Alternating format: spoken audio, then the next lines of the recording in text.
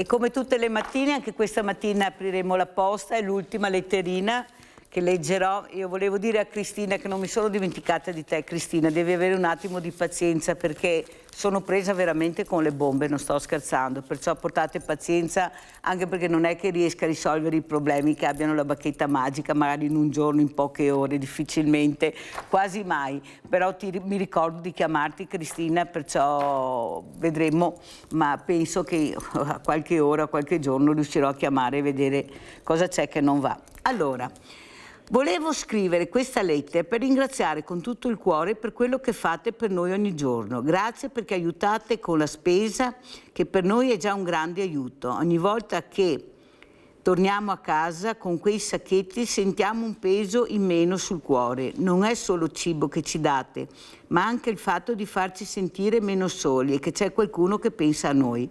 Siete persone con un grande cuore, non è da tutti fare quello che fate e lo fate con amore, con rispetto e senza giudicare. Vi ringrazio davvero tutti, in particolare la signora Mirella, per l'aiuto, per l'ascolto e per la pazienza. Che Dio vi benedica e che vi ricompensi per tutto il bene che fate, con affetto e riconoscenza. Pazienza qualcuno dice che non ne ha. Quando la perdo per motivi validi, perché non fanno il loro dovere, non fanno quello che devono fare. Per Mirella le regole sono le regole, non c'è niente da fare. Io metto le regole, io cerco di essere anche una perfezionista al massimo perché davanti alle telecamere non si può sbagliare, al banco solidale non si può sbagliare, perciò capite bene che se qualcuno dice ma lei è brutta, cattiva, terribile, forse ci sarà anche il motivo poi se tanta gente vi vuole anche bene. Facciamo un 50 e un 50. Allora saluto e ringrazio Leo Bassi, manager sportivo che è qui con noi questa mattina. Grazie veramente Bassi per capire anche nel mondo dello sport con queste Olimpiadi cosa sta succedendo, dalla sua angolazione cosa vede. E saluto anche con piacere Alfredo Giacon, giornalista ambientalista. Grazie veramente Giacon anche lei di essere qui, volevo anche la vostra voce perché tutto funziona bene, il paese delle meraviglie, queste Olimpiadi meravigliose, cene, pranzi, aerei, luci, colori. Alla fine chi pagherà tutto questo? Noi. Da dove Brava, sono stati? Brava. Buongiorno a lei Mirella, buongiorno a tutti gli ascoltatori. No, con tutto il rispetto che ho per le Olimpiadi, con tutto il rispetto che ho per le Olimpiadi e lo sport ci mancherebbe, però vorrei capire anche la trasparenza dove noi tocchiamo con mano, avete sentito anche ieri per i mass media, non da poco, come sta aumentando la povertà, le famiglie che non riescono più a farcela. E saluto veramente, ringrazio Emanuele Massagli, grazie professor Massagli di essere qui, parleremo anche di sanità, ecco cosa vede dalla sua angolazione. Lei è uno sportivo, professor Massagli? Diciamo nelle intenzioni, nel corpo non tanto. Come Mattarella allora, non mi avrebbero mai arruolato. Grazie professor Massagli.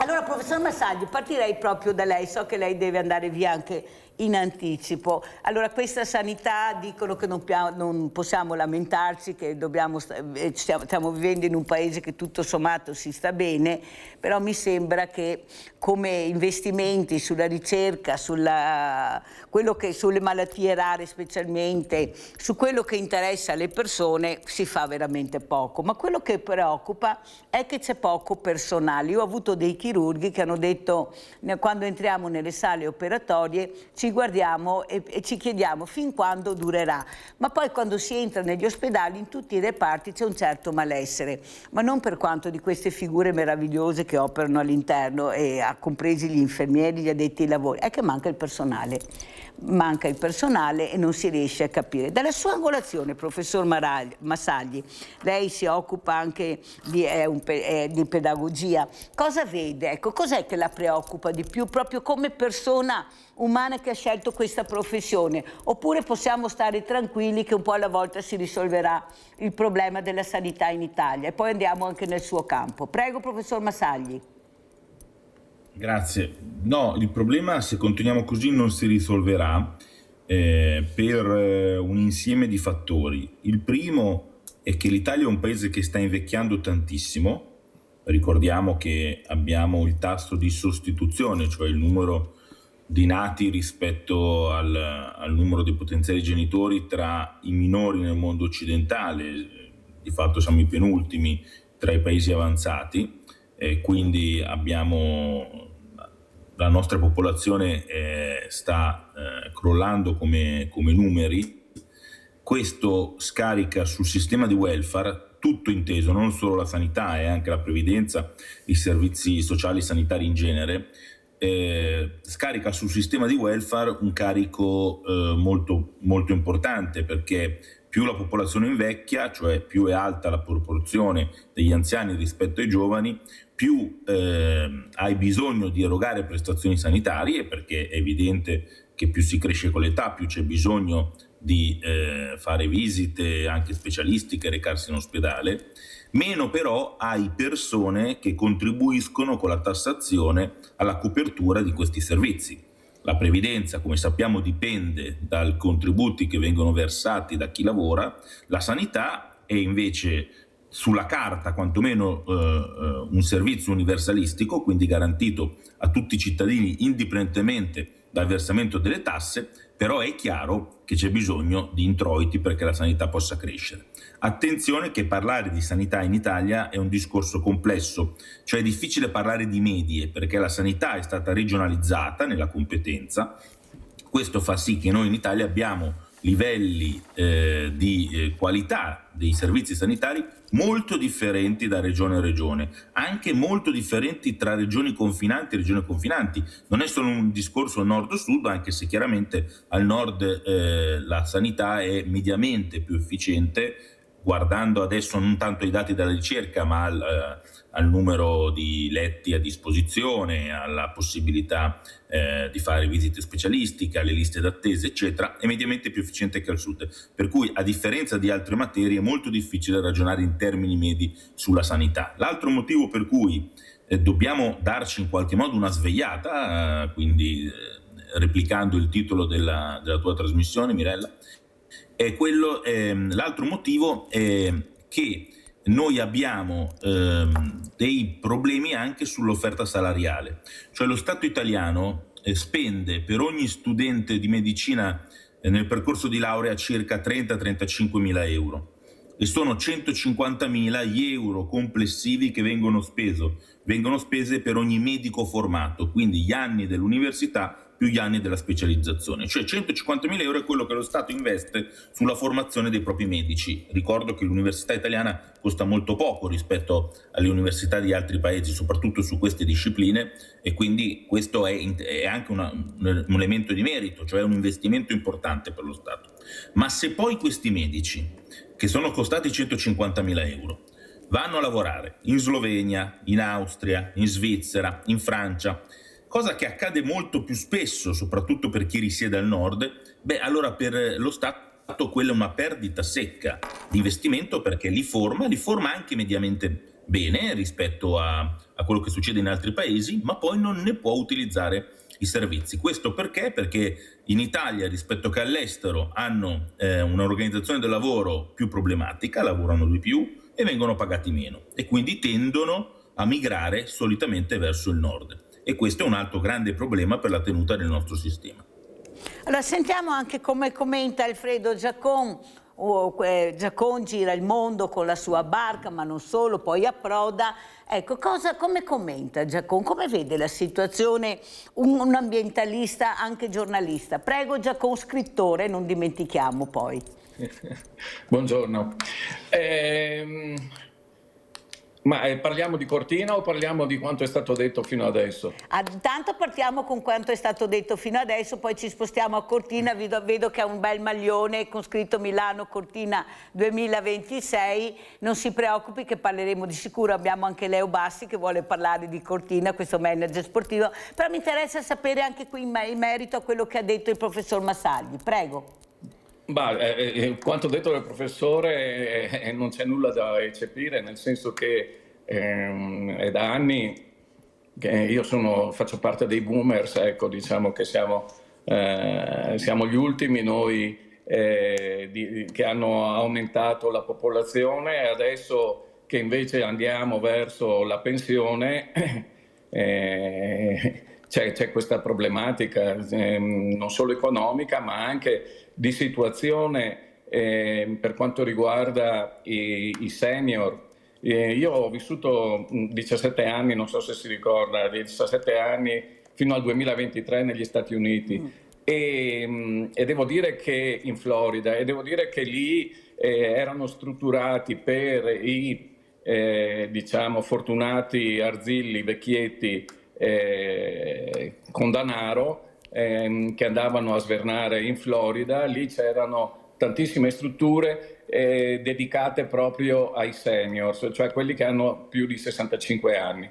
Da queste esperienze della Florida io ho visto che potremmo replicare qualcosa anche da noi in Italia e in Veneto. Per esempio lì ci sono, per chi ha la fortuna di avere anche la salute di essere autosufficiente, ci sono i senior apartment che sono dei condomini con appartamenti che vengono affittati solamente a ultra 65 anni, che sono per fortuna loro autosufficienti e hanno, diciamo, una badante comune che fa parte delle spese condominiali. Ci sono delle strutture dedicate apposta, c'è tutta la città, un'economia che ruota intorno ai senior, quindi potrebbe essere anche non solo vista come, diciamo, l'invecchiamento della popolazione visto come una cosa assolutamente negativa, ma visto che non possiamo farci niente, almeno per questa ondata, diciamo, di boomers, si può anche vedere di creare dei posti di lavoro nuovi e un'economia che ruota intorno ai senior. Io sto pensando per esempio a certi alberghi di Abano, Montegrotto, che sono la zona di Padova dove vivo io, che potrebbero essere riconvertiti in senior apartment.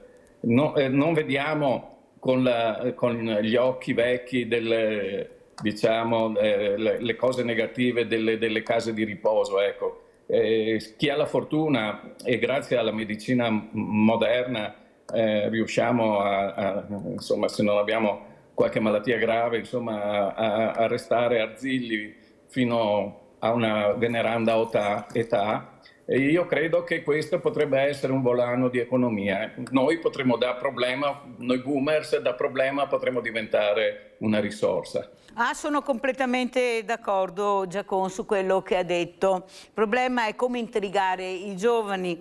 Io, e lo dico anche al professor Massagli, ho chiesto al professor Gerosa in tempi non sospetti, quando lui non era ancora diventato assessore alla sanità, di aprire di più gli ospedali ai giovani, farli entrare, intrigarli con tutta quella tecnologia, quello che si può veramente vedere all'interno di questi ospedali che abbiamo, per cercare di coinvolgere. E lui mi ha risposto che ho ragione e che se qualcuno mi diceva che lo fa già, io dovevo rispondere non lo fa abbastanza e dica pure che l'ho detto io. Perciò c'è qualcosa che si sta muovendo, anche qualche co-housing, ma non basta, si potrebbe fare di più. Però capisce bene Giacon che l'obiettivo non sono i senior, non è la povertà, non è aiutare le fragilità.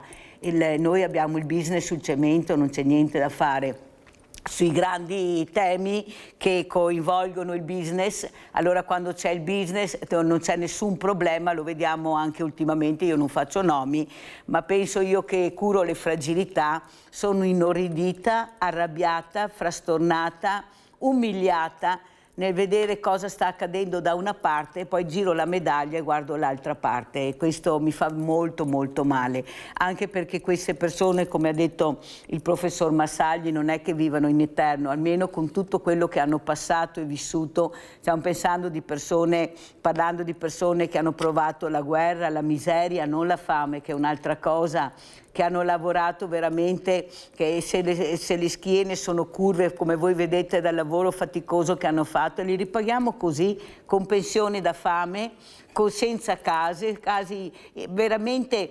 vergognose, e continuiamo a vedere da un'altra parte. Ma il business è là. Pensi, Giacon, che non mi ricordo chi è stato un importante ospite che ho avuto, ma non mi ricordo il nome, perché ho la memoria corta, Mirella, quando si parla di queste cose. Mi ha detto: Mirella, scordati i valori, devi scordarti i valori, più avanti che andremo e meno ne troverai, smettila di piangere, di preoccuparti, perché non risolverai il problema, non gliene frega niente. E io invece, sa cosa ho risposto, Giacomo? Che ho fiducia nei giovani. E io ho fiducia nei giovani, non c'è niente da fare. Anch'io. Ecco, mi fa molto piacere. Bassi, prego, Bassi. Ma allora, prima di parlare di Olimpiadi, mi ha colpito moltissimo un'intervista che ho letto del professor Giacosa, che diceva esattamente questo, cioè Gerosa, sì, pardon, che è il nuovo responsabile della sanità del Veneto.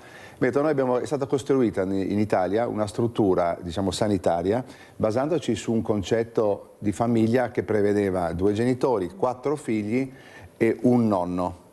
Bene, per un discorso di mortalità. Adesso, a distanza di 20 anni, alla luce della situazione, siamo penultimi o forse anche ultimi come tasso di natalità nel mondo, dobbiamo ricostruire completamente il concetto. Cioè noi in questo momento abbiamo 2 genitori, un figlio e 2 nonni. Quindi bisogna ricostruire tutto sulla base di una nuova idea. E questo mi ha colpito moltissimo. Bisogna rovesciare la piramide. Bisogna rovesciare la piramide e spero che lui ci riesca, perché questa è un'emergenza. Per quello che riguarda i valori, è vero, un valore, poi parliamo di tutto il resto, l'Olimpiade è un valore. Incredibilmente l'Olimpiade resta comunque un valore e una bolla che coinvolge tutti improvvisamente, e da questa sera vedremo che per 16 giorni sarà qualcosa che... E la parola valore la sentiremo dire centinaia e migliaia di volte, perché è così. Alla luce, fermi restando tutti gli altri problemi, perché poi l'Olimpiade, non so se vogliamo già parlare delle Olimpiadi, ma dipende da quale parte la si prende. Se la si prende dal punto di vista dell'evento, sarà un grandissimo evento. Poi prepariamoci a pagare. Prepariamoci a pagare sotto tanti punti di vista.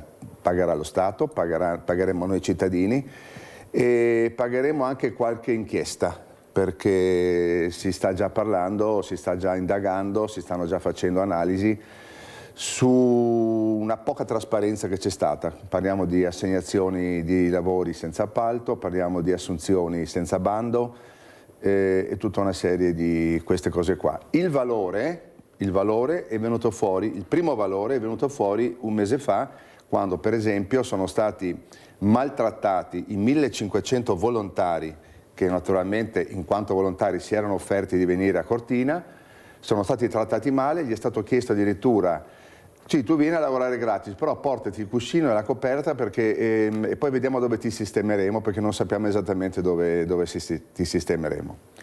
Moltissimi si sono offesi, sono tornati a casa. Chi ha salvato la situazione dell'ultimo momento? Gli alpini. Sì, li abbiamo avuti I famosi valoriali. Ecco, detto tutto, infatti ieri abbiamo avuto proprio un alpino che ha detto questo: Bassi, noi dormire nel sacco a pelo non ci crea nessun problema, e ancora una volta gli alpini in prima linea. Allora sentiamo Giacomo come commenta, poi torniamo dal professor Massaglia. Allora, questo bel maglione Milano-Cortina, eccolo qua, tanta voglia di dire cosa, Giacomo? Ma purtroppo devo confermare quanto appena detto, nel senso che io fra 2 ore ho un amico volontario che farà il driver e che lo ospito io, perché non c'è posto, perché si dovevano arrangiare. Poi comunque hanno dovuto fare anche dei corsi, hanno sostenuto spese, cioè diciamo che la mia impressione, anche quando sono andato a prendere il pass per potermi muovere con la macchina, anche per lavoro qui a Cortina, devo dire che non c'era merchandising, una cosa che è incredibile, nel senso che c'erano questi volontari, queste persone anche delle famose persone impiegate dalle regole ampezzane, che sono state spostate a lavorare, a dare una mano per questa enorme richiesta di pass, perché sembra che alla fine, anche in montagna, senza avere la macchina, come si suol dire, sotto il culo sempre, anche in montagna non si cambia stile di vita, cioè non si riesce a camminare, non si riescono a fare neanche 500 metri a piedi. Ecco, quando invece sei immerso in una bellezza di montagne, niente, tu devi stare chiuso dentro la scatola di ferro e mantenere gli stessi stili di vita che hai in città e che avevamo negli anni '80.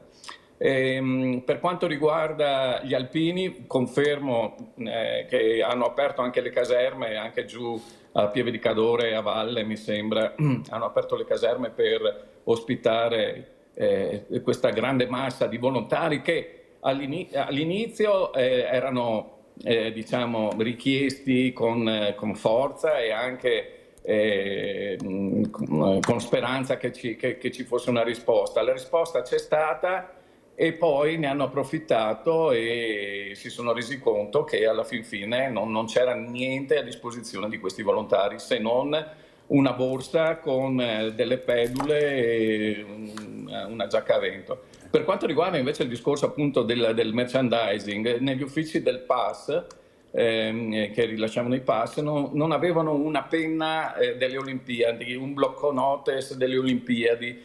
Alle scuole elementari e medie di Cortina non è stato dato niente ai ragazzini, che poi sono, cioè non stiamo parlando di migliaia di persone, non è stato dato niente a ricordo di queste Olimpiadi, se non alle famiglie residenti una bandiera da esporre. Ecco, quindi io ho l'impressione che qui, però diciamo che secondo me sarebbe opportuno adesso godersi la festa, cercare e sperare che non ci siano attentati, che insomma l'Italia ne venga fuori bene in tutte le forme, dallo sport. La neve per fortuna è venuta giù e ha coperto tanti sfregi che sono stati fatti qui in questa meravigliosa conca. Io ho combattuto anche un pochino, però alla fine l'impressione è che ci sia stato un sodalizio di poche persone che guadagneranno un sacco di soldi, che non hanno voluto lasciare niente sul territorio se non sfregi. E la comunità, secondo me, ampezzana, se prima la viveva come diciamo un evento che avrebbe portato visione a livello globale e avrebbe dimostrato quanto belle sono le nostre Dolomiti, che sono tra le montagne più belle in assoluto del pianeta. Ecco, poi da questo la gente si è resa conto che c'era appunto la volontà di guadagnare e mettersi in tasca fino all'ultimo soldo e di andare avanti con dei progetti che la comunità non voleva e anche che non servivano. Però si è voluto andare avanti, adesso non bisogna fare polemiche, bisogna fare quadrato, cercare di fare bella figura e dopo capire in effetti con le indagini e lasciare il tempo alla natura, ai boschi di riappropriarsi del territorio. Grazie Giacon. Quello che penso anch'io è che abbiamo la fortuna di avere un presidente come il presidente Mattarella, che ieri ha cercato di dare proprio il messaggio che dice Giacon. Cerchiamo di vedere il bicchiere, quello mezzo pieno che non mezzo vuoto, perché è un momento veramente importante. Dobbiamo capire che qualcosa si dovrà pur fare. Ecco, questa ironia, questo presidente un po' ironico, un po', pensate quanto sarà difficile per lui, ecco, quando tornerà a casa, chissà, vorrei essere nei suoi pensieri dopo quello che ha visto. Però il mondo va così, non c'è niente da fare, questo è il mondo, e queste sono le persone, basta vedere le piazze come si sono riempite per vedere questa fiaccola che arrivava, questi tedofori, vuol dire proprio che sono riusciti a far staccare la spina alle persone, non c'è niente da fare, aveva ragione Bassi prima, Olimpiadi. Allora, sentiamo, professor Massagli. Ecco, stacchiamo invece un attimo, abbiamo parlato di giovani, ne abbiamo visti tantissimi. Ecco, la pedagogia, come può intrigare i giovani? Cosa vede lei, professore? Lei anche all'università, è una parola importante. Come vede lei questi giovani che si avvicinano? Io sono convinta che il futuro è nelle loro mani, che se li lasceremo lavorare in pace e veramente capiremo la responsabilità che hanno, facendo capire loro che li stiamo noi ascoltando, ascoltando, veramente, forse l'ascolto farà miracoli, bellezza, gentilezza, cultura, io sono convinta che sono queste le armi. Prego, professor Massagli. Grazie.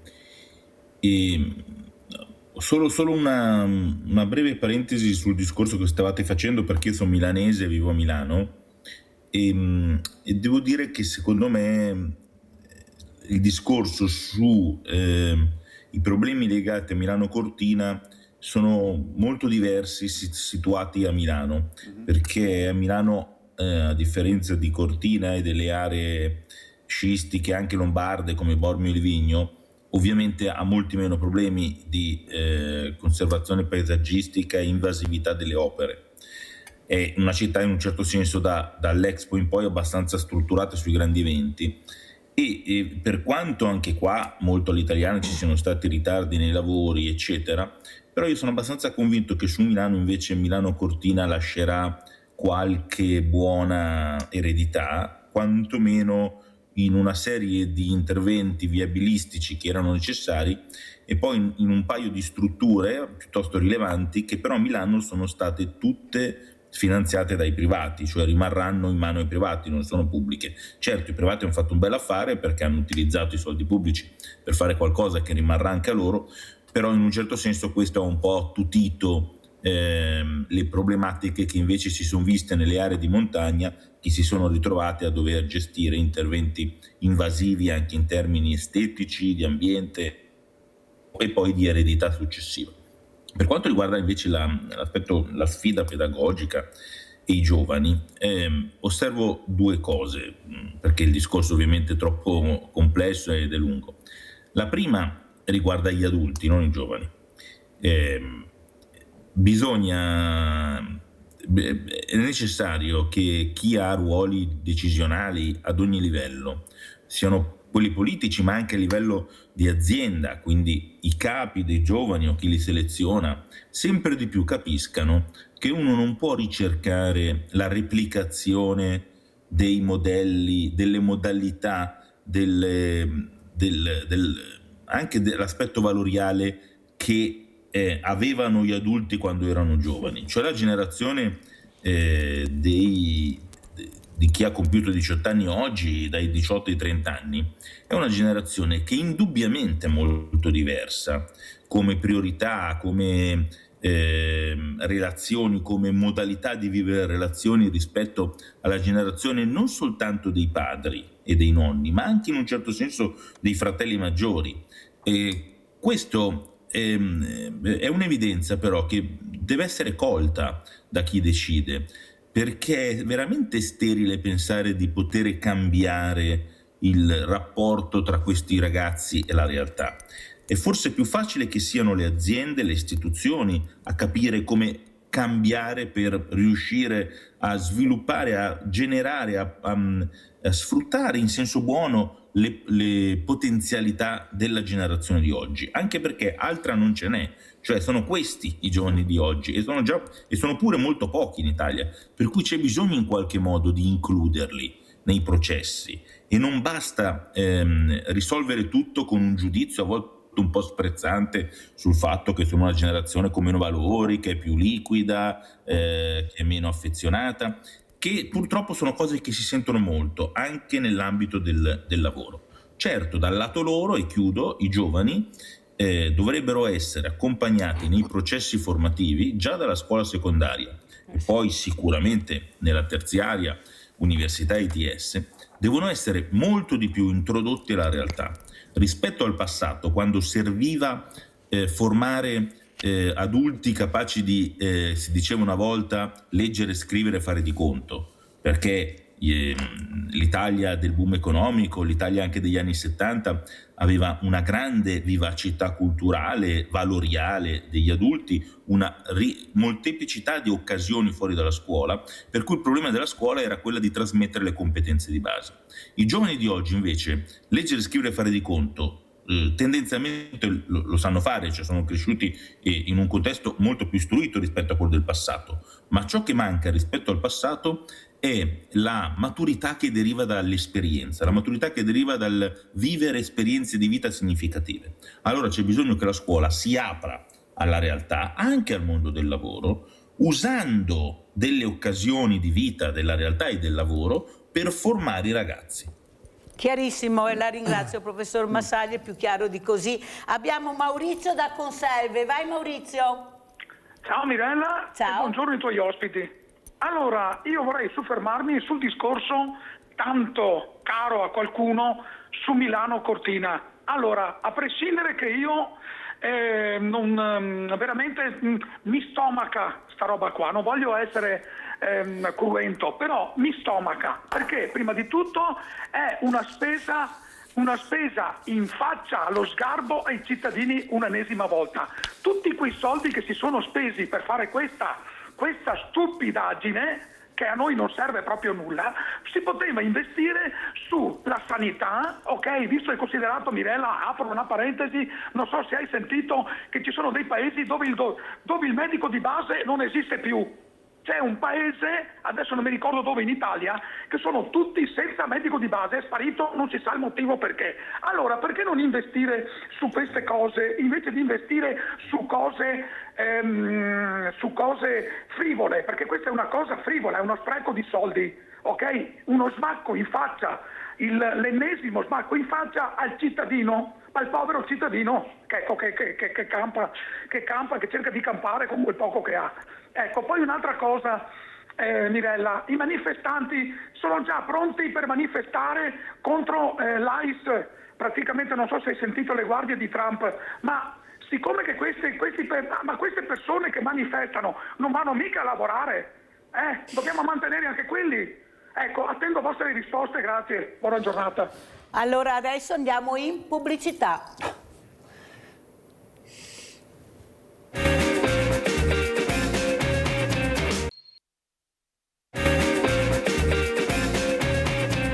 E torniamo dal professore Emanuele Massagli, che poi ci lascerà per capire veramente anche noi cosa si può fare. Dobbiamo veramente cercare di vedere questo bicchiere mezzo pieno, ma soprattutto la fiducia nei giovani.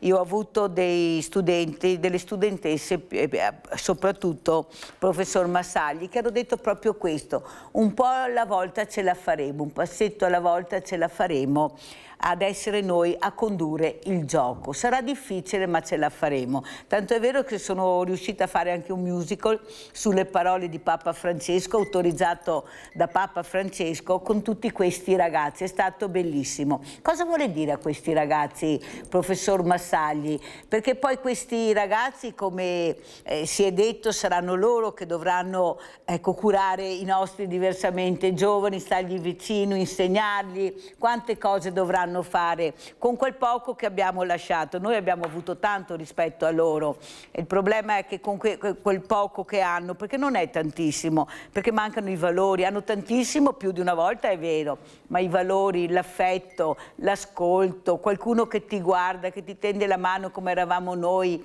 i nonni, i vicini di casa quando uscivamo, se stavamo male il medico di famiglia che arrivava subito a mezzanotte, alle 2, il pronto soccorso lo vedevamo, sì, hai voglia, prima di arrivare al pronto soccorso. È cambiato molto, però bisogna guardare avanti, inutile guardare indietro. Guardiamo cosa possiamo fare per aiutare questi giovani. Prego, professor Massagli. Questa sarà forse la prima generazione dal dopoguerra in poi che potrebbe essere più povera in termini economici, in termini di servizi, rispetto alla generazione precedente. E questo è un elemento che interroga tutti e interroga soprattutto gli adulti.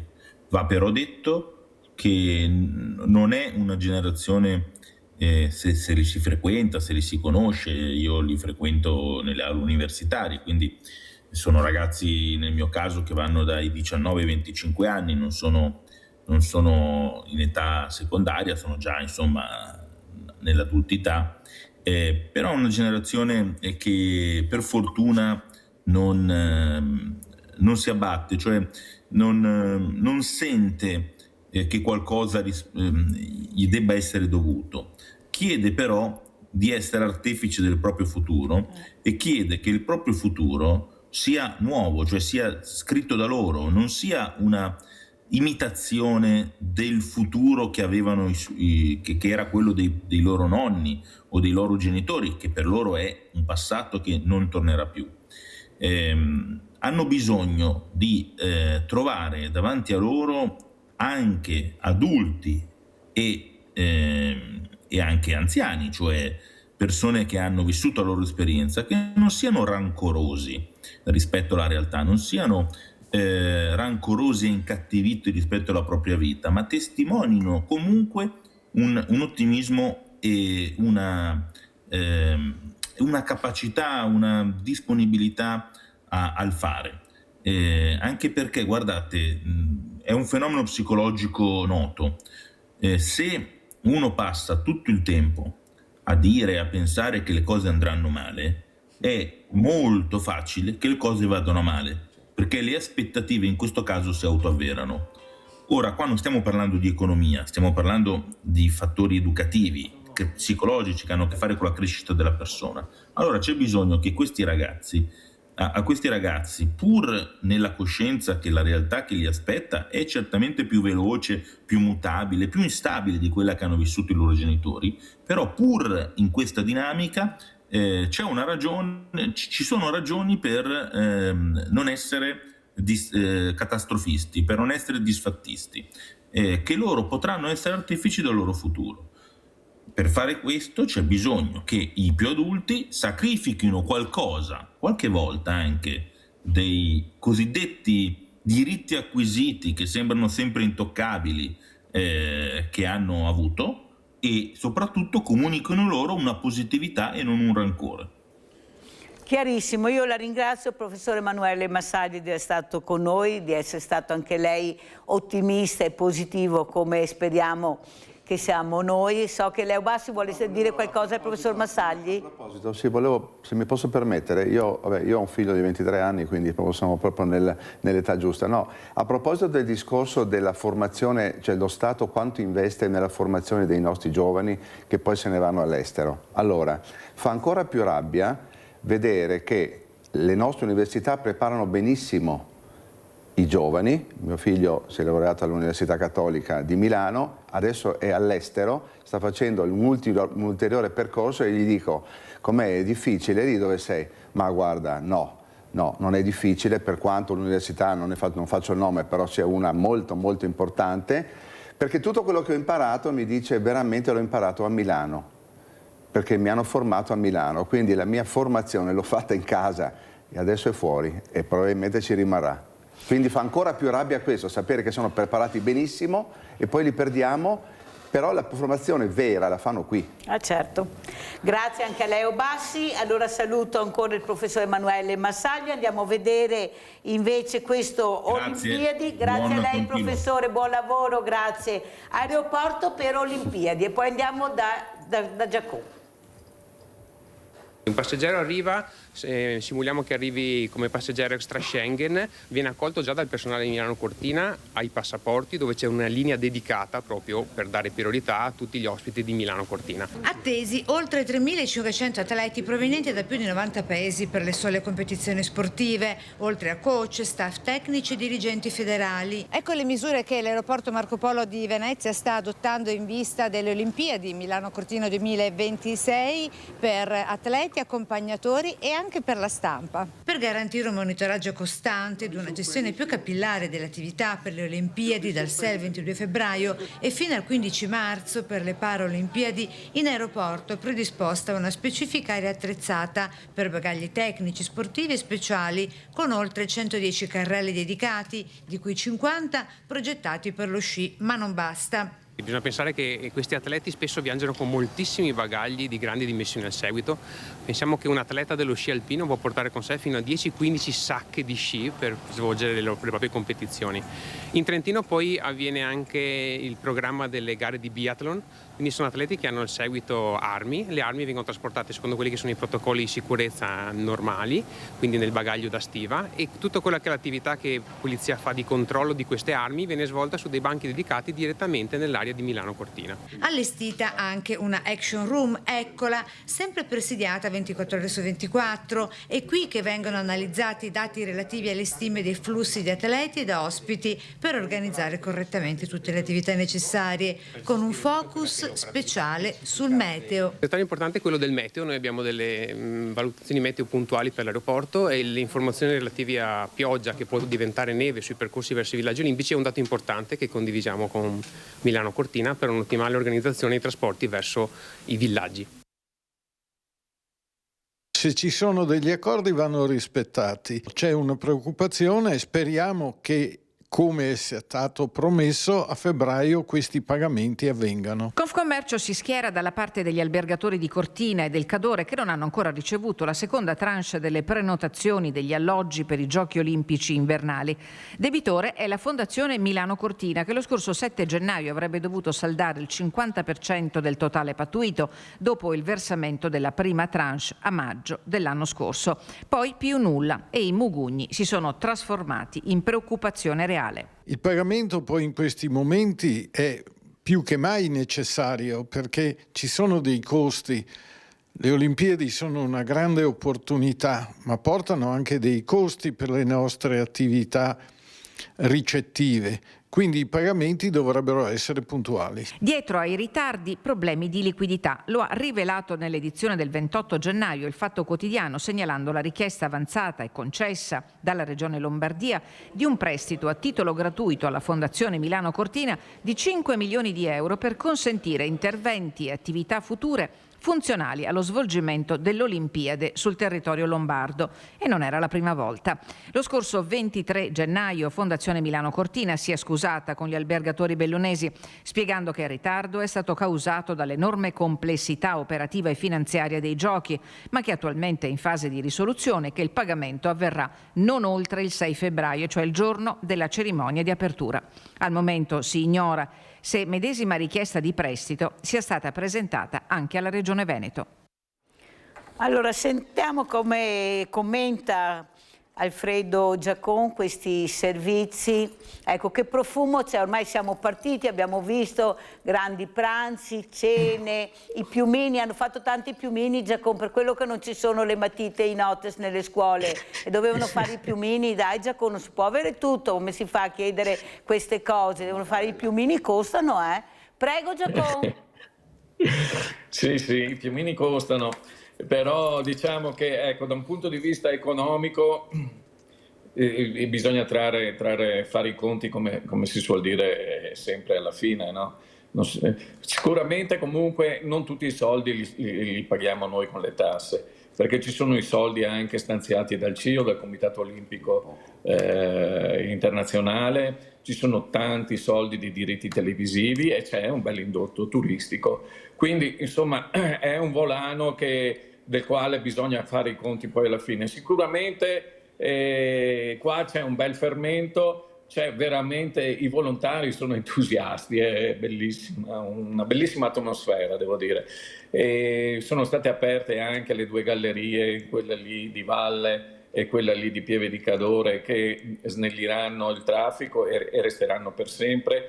Poi c'è anche la strada che passerà sotto San Vito, che anche quella non sarà pronta per le Olimpiadi, però anche quella lì è un'opera che sarà fatta, è finita e che aiuterà insomma a raggiungere le montagne con più facilità. Comunque io direi diamo fiducia all'organizzazione, andiamo avanti con questa bellissima iniziativa che comincerà stasera, un'avventura meravigliosa ed è un'occasione per tutta l'Italia di far vedere quanto bello è il nostro paese e quanto bravi siamo. Questo è importante da sottolineare. Noi dobbiamo essere bravi e dobbiamo essere compatti. Le polemiche le facciamo dopo, ormai è troppo tardi.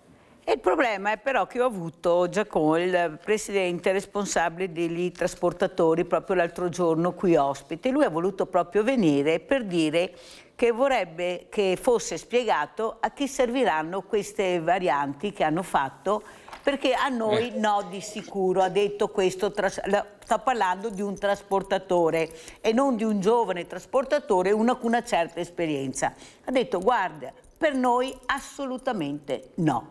Allora Giacomo, lei capisce che a casa che sentono questo autotrasportatore, quando tutti chiedono strade, viabilità, infrastrutture, che dice a noi queste varianti non serviranno assolutamente, vorrei capire lei che va su e giù, che frequenta, cosa ne pensa? No, io in tutta onestà devo dire che aiuta, si risparmia. Il problema, sa qual è? Il problema è che noi parliamo della strada statale Alemagna, ok? Una strada statale, quindi. Già ci corrono i tir ed era problematica e c'era coda da fare, soprattutto nell'angolo di valle, così. Adesso, quando saranno finite le Olimpiadi, riprenderà la circolazione normale. Io ho paura che, siccome le autostrade sono care, molti camion, più di quelli che passavano fino all'altro ieri, molti camion prenderanno questa strada statale Alemagna e di conseguenza il traffico pesante secondo me aumenterà molto e questa è una cosa molto negativa per la comunità montana. Infatti è quello che ha detto questo trasportatore Giacomo, ha detto proprio questo. Allora capiamo che forse prima di realizzare certe opere, di vedere, ecco, di famoso questo tavolo Giacomo, dove ci sono tante realtà, ma persone competenti che conoscono, che sanno. Il problema è che se ascoltano queste realtà il business non esce, Giacomo, inutile che ce la giriamo. E questo è il grande, bisogna anche dirle queste cose, siccome in parte sono anche soldi nostri, intanto vorremmo più trasparenza, capire come sono stati investiti questi soldi, indipendente da pubblici o non pubblici, perché la trasparenza dovrebbe regnare sovrana. Abbiamo già dei buchi con Milano Expo, ecco, che ancora non riusciamo a capire cos'è successo, parlando di Milano, visto che si parlava. Noi abbiamo Longarone Fiere con un buco enorme, l'ha detto la sindaca di Pieve di Cadore l'altro giorno ospite. Capisce Giacomo che quelli che sono a casa veramente sono impauriti e spaventati, perché veramente è un momento veramente difficile per tutti. Per carità, tanto di cappello allo sport e alle Olimpiadi, ma c'è un bel punto di domanda, i conti li faremo in ultima, come ha detto Giacomo. Leo Bassi, cosa vuole aggiungere? Io dissento da quello che mi dispiace dissentire da quello che ha detto Giacomo, nel senso che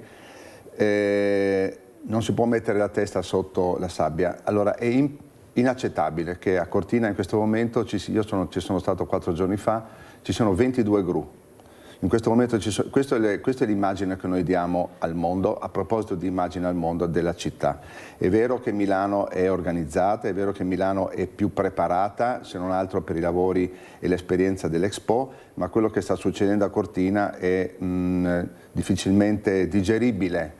E la sensazione è che a Cortina queste Olimpiadi siano un po' un fastidio. C'è un fastidio un po' tutti, sì le facciamo, va bene, però noi alla fine cortinesi, a Cortina ci si viene comunque.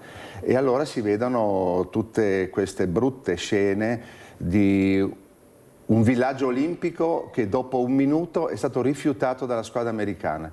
La squadra americana è arrivata, ha visto i letti, ha visto la sistemazione e si sono spostati tutti in albergo. La stessa cosa ha fatto una parte dell'Austria, la stessa cosa l'ha fatto una parte della squadra francese. Non è un bellissimo biglietto da visita per noi, ma nasce tutto dal peccato originale. Il peccato originale è stato detto 7 anni fa, perché non è possibile che ci siano 22 gru in questo momento a Cortina e una buona quota di disorganizzazione dopo 7 anni dall'assegnazione. C'era tutto il tempo per fare tutto e non arrivare in questo momento con l'acqua alla gola. Ma ripeto, il peccato originale è stata la politica, non voglio fare nomi, che il giorno dell'assegnazione disse la famosa frase: saranno i primi giochi olimpici a costo zero. Il costo zero non esiste, nelle Olimpiadi non esiste, bastava vedere un po' e informarsi su come sono andate le Olimpiadi moderne dal 1956 in poi, quella di Cortina, e avremmo capito che questa frase non andava detta, perché questo determina una mancanza di trasparenza. Oggi siamo a 6 miliardi di euro quotati, calcoliamo che l'Expo è costato 2,5. Quindi siamo per una manifestazione che dura 16 giorni più diciamo un mese, comprese le Paralimpiadi, 15 giorni siamo già il doppio del costo dell'Expo che è durato un anno. Allora, Alfredo Giacon, come ci saluta, con quale messaggio, cosa vuole dire? Prego. Sì, vorrei precisare che le GRU non sono solo per le Olimpiadi, le GRU sono anche gli investimenti di hotel che sono stati abbattuti, come il Bellevue, che sarà pronto nel 2027, ma non ha niente a che vedere questo qua e anche gli altri con il discorso delle Olimpiadi. Diciamo che comunque sia, io sono d'accordo con quanto è scandaloso l'importo che ha assunto questa Olimpiade. Vorrei anche ricordare che la Grecia, per le Olimpiadi che ha voluto a tutti i costi, è andata praticamente in default. È risaputo che questi eventi sportivi sono dei gran buchi per quanto riguarda il punto di vista economico, e anche purtroppo su Cortina doveva essere anche un'Olimpiade sostenibile dal punto di vista della natura, e questo non è avvenuto, e si è combattuto. Il problema è che ci si scandalizza, si vuole trasparenza, ci si organizza anche per fisicamente fare da barriera a protezione degli alberi, dei boschi, come è successo anche 2 anni fa e anche l'anno scorso. Loro vanno avanti, non si sa bene chi, ma si conoscono i gruppi, loro vanno avanti a prescindere tutto. E gli Lampezzani l'hanno capito, però adesso noi non possiamo continuare così, dobbiamo fare uno stand-by per 2 mesi.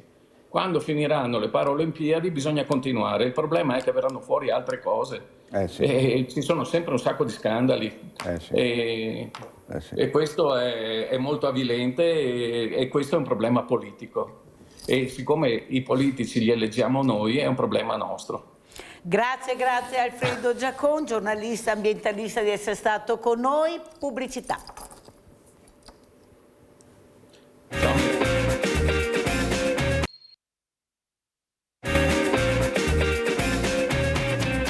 E siamo con Leo Bassi, questo manager sportivo, perché parleremo ancora, vedremo se si collegheranno anche gli altri ospiti. È importante parlare dello sport. Cos'è lo sport nel 2026?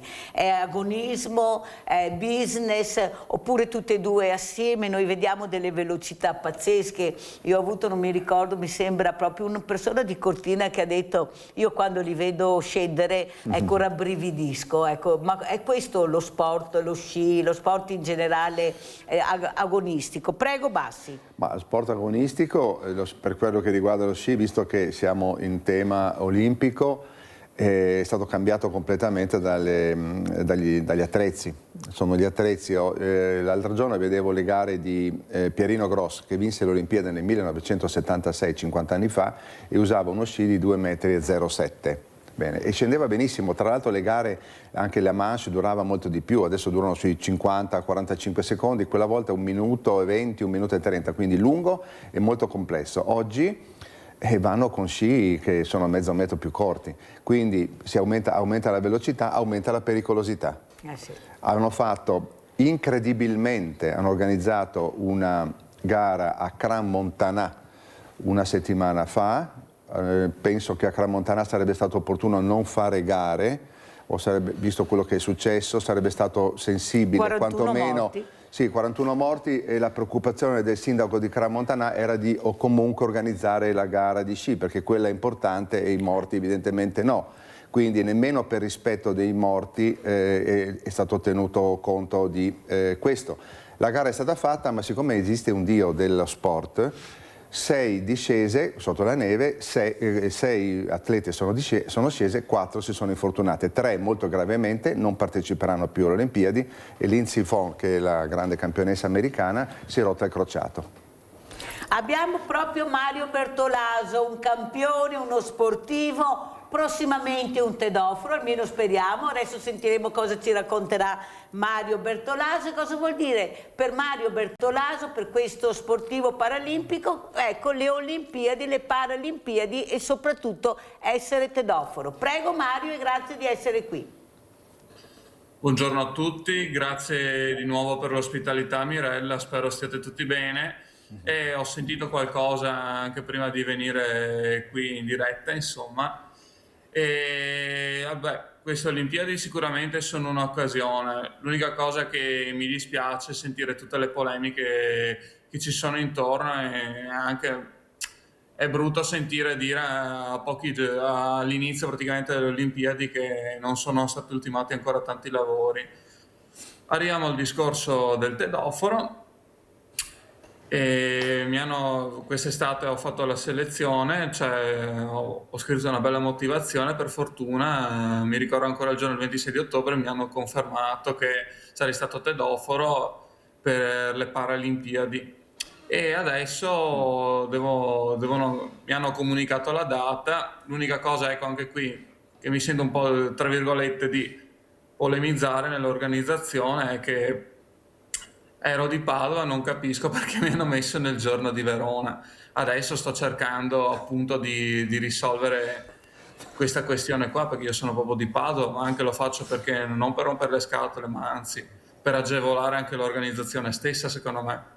Ma vuoi mettere Verona, l'immagine, la visibilità che avrai a Verona? Ma dai Mario, ma a Verona si aprirà il mondo, vedrai Mario, dovrebbe essere un onore essere a Verona, ma chi se ne frega, sei di Padova, ma ti porto a Verona, come tedoforo. Grazie caro Mario, ti voglio bene, ma veramente sei una persona squisita, sempre ottimisti questi ragazzi, ma vedete veramente sono bravi. Allora saluto e ringrazio anche il professor Pierangelo Clerici, presidente Associazione Microbiologi Clinici Italiani, di essere con noi. Grazie veramente Presidente di essere qui con noi. Allora cosa vuol dire? Ha sentito che giovani ottimisti, e sono i giovani che sacrificano di più, che mettono veramente ancora più impegno, sono quelli che hanno portato a casa 20 medaglie rispetto ai normodotati, eppure fanno sempre tanta fatica ma sono sempre ottimisti. Professore, cosa vuol dire a Mario Bertolaso? Prego. Di continuare così, assolutamente. I giovani, sia normodotati che non normodotati, sono il futuro della nostra società, per cui dobbiamo puntare su di loro, e le Olimpiadi sono un'occasione per dare loro quella visibilità che molto spesso è negata, per cui continuino. Sicuramente non è importante il numero delle medaglie, che contano per il livello internazionale, ma è importante esserci, è importante farsi vedere, è importante far comprendere che esiste un mondo parallelo che è fondamentale per tutti, e quando dico per tutti dico per tutti noi.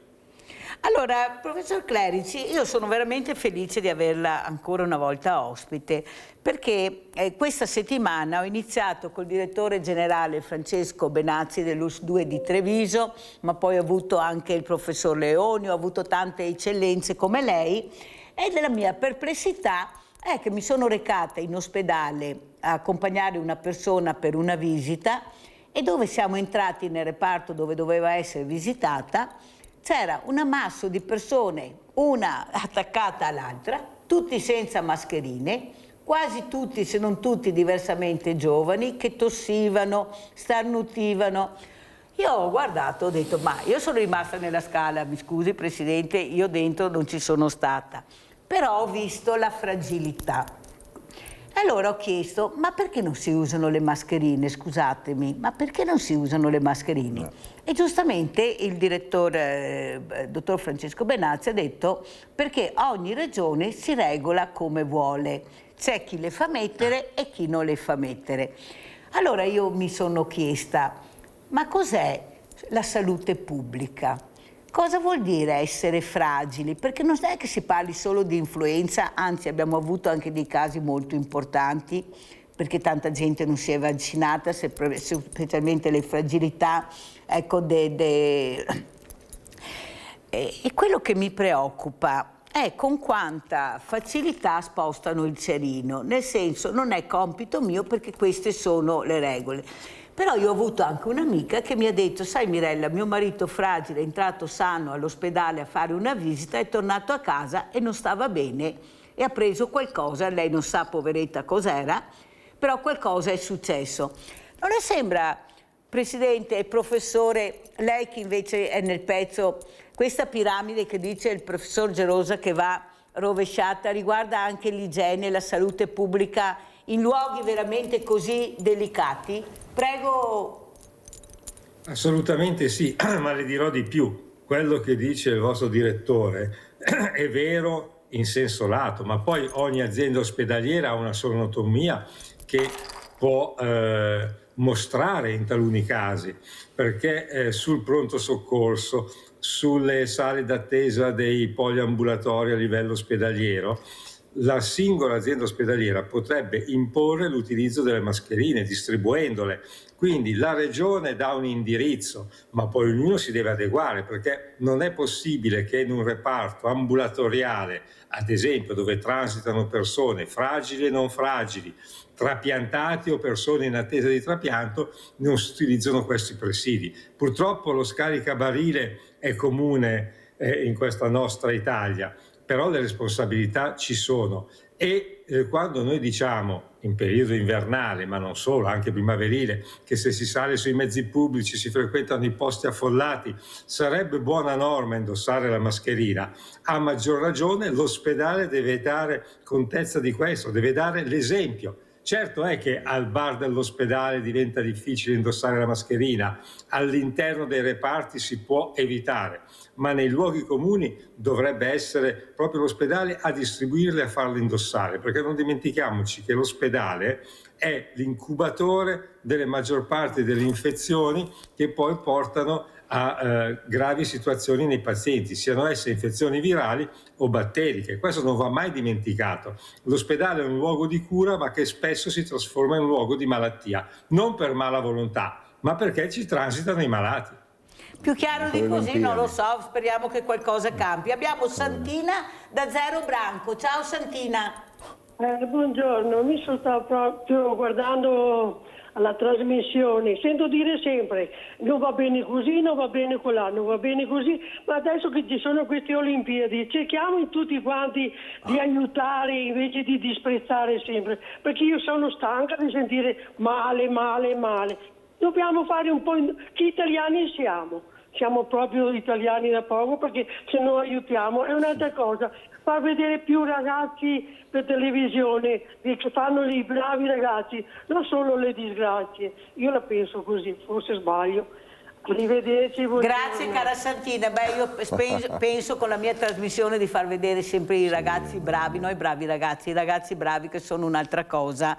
Penso che questo lo faccio. Certo che parlare anche della trasparenza dei soldi pubblici non sarebbe male. Non abbiamo solo parlato delle Olimpiadi, ma abbiamo parlato anche dell'Expo, abbiamo parlato di tanti buchi che purtroppo abbiamo e che una sanità invece che ha bisogno di avere degli investimenti importanti, perché arriviamo a 100 anni ormai, grazie anche alla ricerca, alla scienza, alla tecnologia, però vedere in che condizioni però arriviamo sarebbe anche utile capirlo. È come atterrare dolcemente. Penso che faccia bene anche a te Santina avere la trasparenza dei soldi pubblici, visto che siamo tutti noi, indipendente per le Olimpiadi o no. Bassi? No, volevo dire al professore che ieri si è evidenziato un focolaio durante le Olimpiadi, pronti via il primo giorno. 2 o 3, ho letto oggi, 2 o 3 atlete finlandesi sono state isolate perché contagiose, un virus che non c'entra niente col Covid, però evidentemente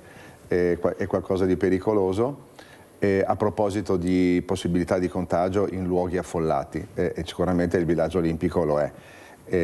Quindi annullata tra l'altro la partita fra Finlandia credo e Svezia, se non mi ricordo male, e quindi attenzione sempre. Volevo dire una cosa a Bortolaso. A Mario. A Mario, sì. Allora, capisco assolutamente la sua situazione. Io fra i miei atleti sono stato procuratore anche di un'atleta paralimpica, Katia Aire, e tutti questi problemi qua ce li aveva tutti i giorni, e c'è pochissima sensibilità in chi si rivolge a questi atleti, che dovrebbero essere più rispettati dei normodotati, e invece lo sono molto meno.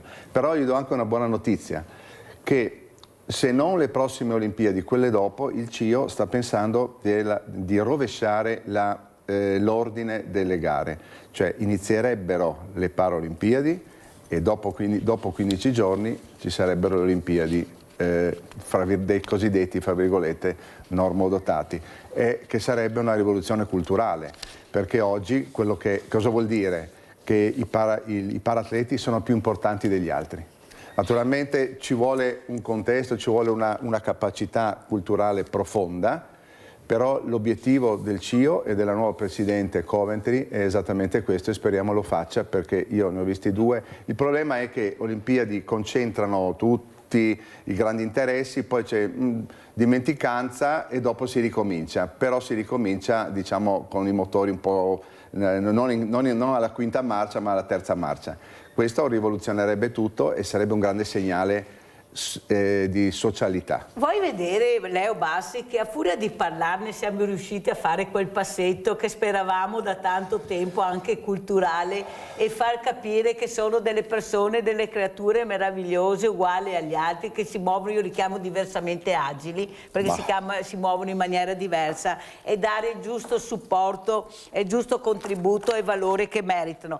Intanto capiamo chi è Mario Bertolasi per chi non lo conosce. Allora, chi sei Mario Bertolaso? Che sport pratici e campione di cosa sei? Prego Mario. Allora, per chi non mi conoscesse, sono uno sportivo, un atleta paralimpico, anche se non si direbbe, con una disabilità intellettivo-relazionale diagnosticatami a 3-4 anni. E il mio sport è l'atletica leggera. Vediamo anche le immagini adesso, le foto che hai mandato. Prego Mario. Vai. Qui sono l'anno scorso i campionati italiani dove ho collezionato 4 titoli, 2 individuali e 2 in staffetta, il più grande successo di sempre, più l'oro ai mondiali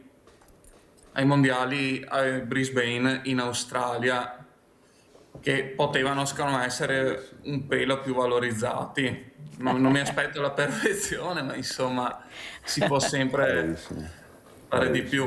Guarda che Leo Bassi ti sta dicendo bravissimo. Poi le dico cosa ha detto Pancalli. Grazie mille professore. No, comunque... No, non sono professore.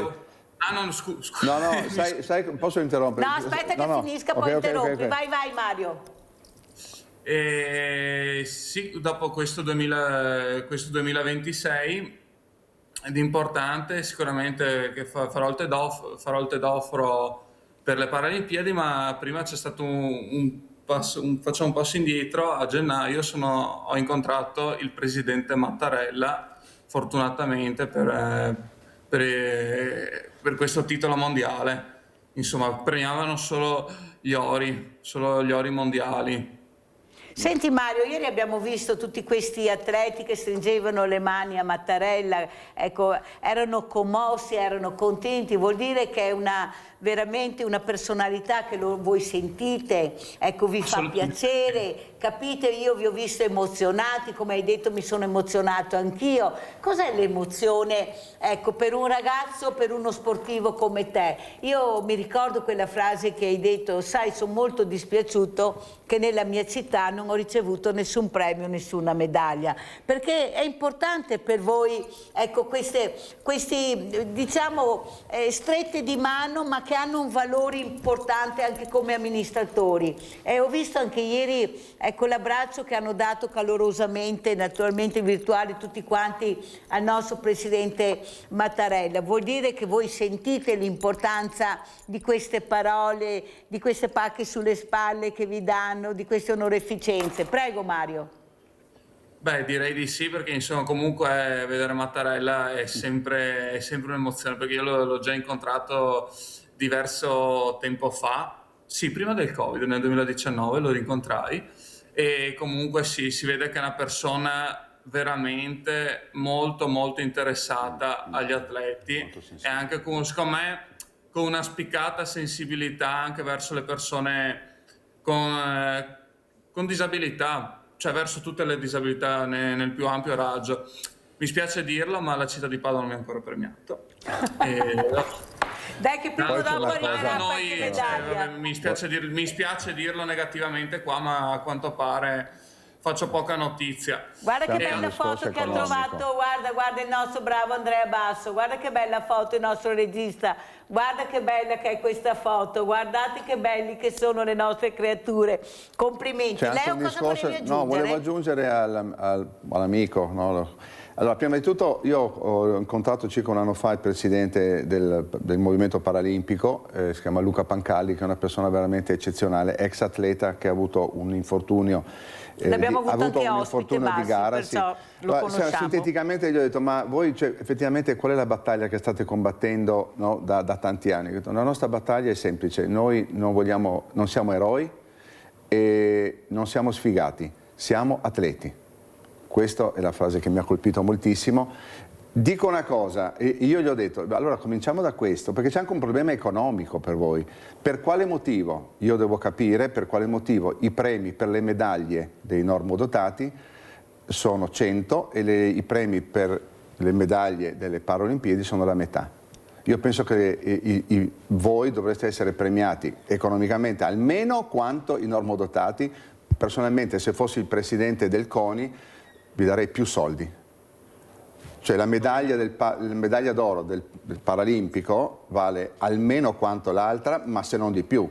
Perché deve valere la metà? Perché se la Goggia vince prende 100.000 euro, perché questo è il premio previsto, e se vince un atleta paralimpico ne prende 50 per la medaglia d'oro?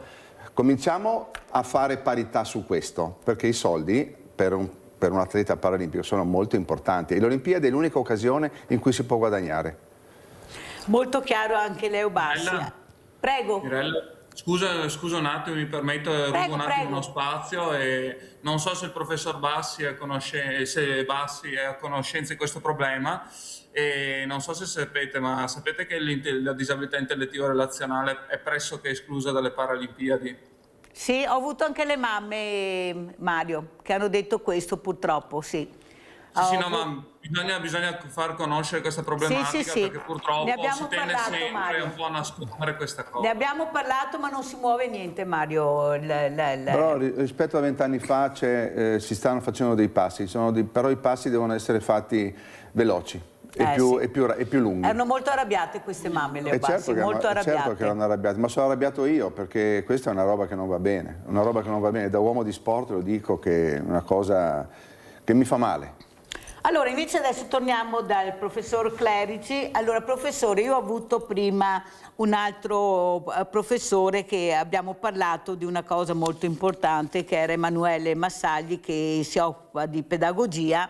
Come intrigare questi ragazzi con la pedagogia? Io vorrei sapere da lei come intrigarli con la microbiologia, questa ricerca. Ecco, cosa vede, professore? Si può intrigare questi ragazzi che vogliono essere protagonisti e vanno sempre alla ricerca?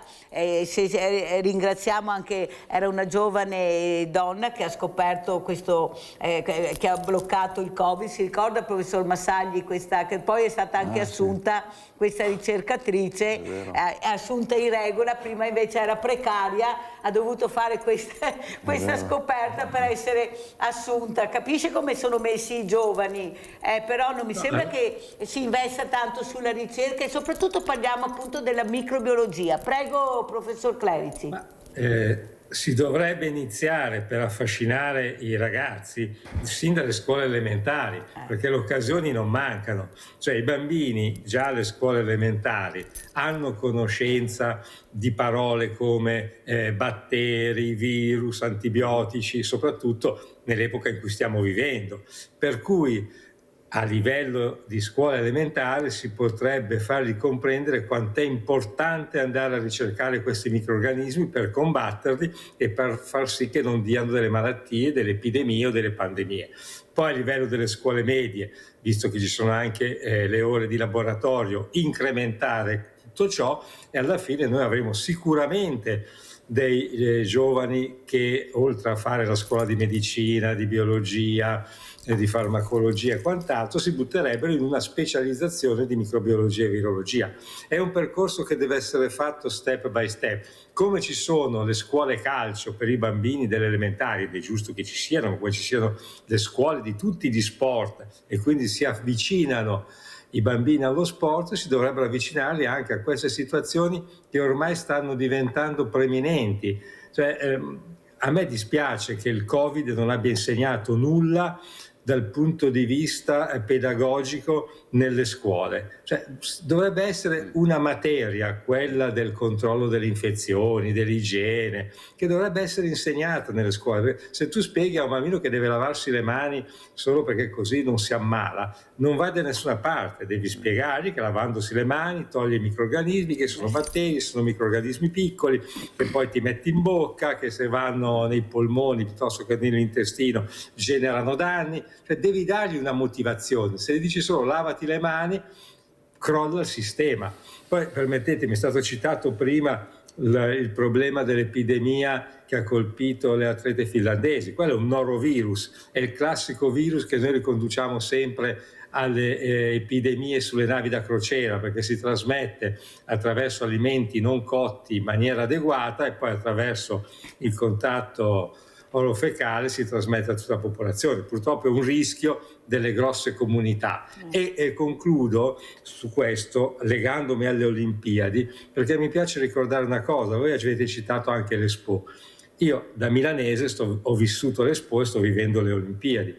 Se l'Expo è stata una grande manifestazione di massa, ma di massa a livello totale, popolare, queste Olimpiadi sembrano essere delle Olimpiadi di elite. Questo è quello che si percepisce a Milano. Non sono Olimpiadi del popolo. Questa è la dicotomia che c'è fra l'Expo. Scusi professor Clerici, mi sembra che non facciano niente per non far vedere questo, No, assolutamente, ma infatti la gente se ne sta rendendo conto. A cominciare dai prezzi, perché le Olimpiadi dovrebbero avvicinare. Io mi imbestialisco quando stasera vedrò la cerimonia inaugurale, perché dovranno invitare 10.000 bambini delle scuole elementari. Certo. Col cappellino, si immagini che visione nel mondo, che è lì attaccato alla televisore 2 miliardi di persone e vedono 10.000 bambini italiani che vanno alla cerimonia inaugurale. Non mi sembra che perdessero poi così tanti soldi a occupare 10.000 posti dello stadio San Siro. Manca la percezione e la volontà di rendere popolare questo evento. È un evento di elite, purtroppo. Infatti non è nato per il popolo, professor Clerici, fin dall'inizio l'abbiamo detto, si vedeva dall'inizio che c'era qualcuno che mirava da un'altra parte. Infatti prima anche Giacon ha detto, non mi è piaciuto ad esempio che nelle scuole non ci sia una penna, un blocco note su un qualcosa che ricordi a questi bambini l'importanza dell'avvenimento, perché è là che inizia la cultura, è là che il bambino apprende l'importanza di quello che avverrà. Ma non ci siamo, guardi, professor Clerici. Ma è stata una delusione da questo punto di vista. Non lo dica a me, Io vivo nel Veneto poi, che è un'altra cosa ancora. Qui abbiamo veramente delle cose incredibili. Forse a Milano non è passato Zorro, qui abbiamo anche Zorro, perciò è passato Zorro e ha lasciato il segno, ha lasciato un segno molto, molto grande. Il problema ecco poi che prima Santina diceva dobbiamo parlare bene, non dobbiamo polemizzare, dobbiamo essere tutti felici e contenti. Io direi a Santina di venire a vedere con occhi reali quello che sta succedendo dietro la medaglia. Ecco, c'è un'altra faccia della medaglia. L'ha detta. Tanto è vero che io lo dico anche a Bassi, spero che Milano-Cortina, oltre alla medaglia, alla perla delle Dolomiti, non diventa una patacca. Io ho il terrore che diventi una patacca, che non sia più la perla. Temo di perché... Dispiace dirlo da italiano, però la possibilità che diventi una patacca è solo nel numero delle medaglie di queste Olimpiadi. Se le medaglie non raggiungono le aspettative che i grandi soloni del CONI e quant'altro vogliono, sicuramente sarà una patacca, perché verranno attaccate dicendo hai portato le Olimpiadi in Italia e non abbiamo vinto nulla o poco. Ma le Questa è medaglie sono l'unica marginali. possibilità che sia una patacca.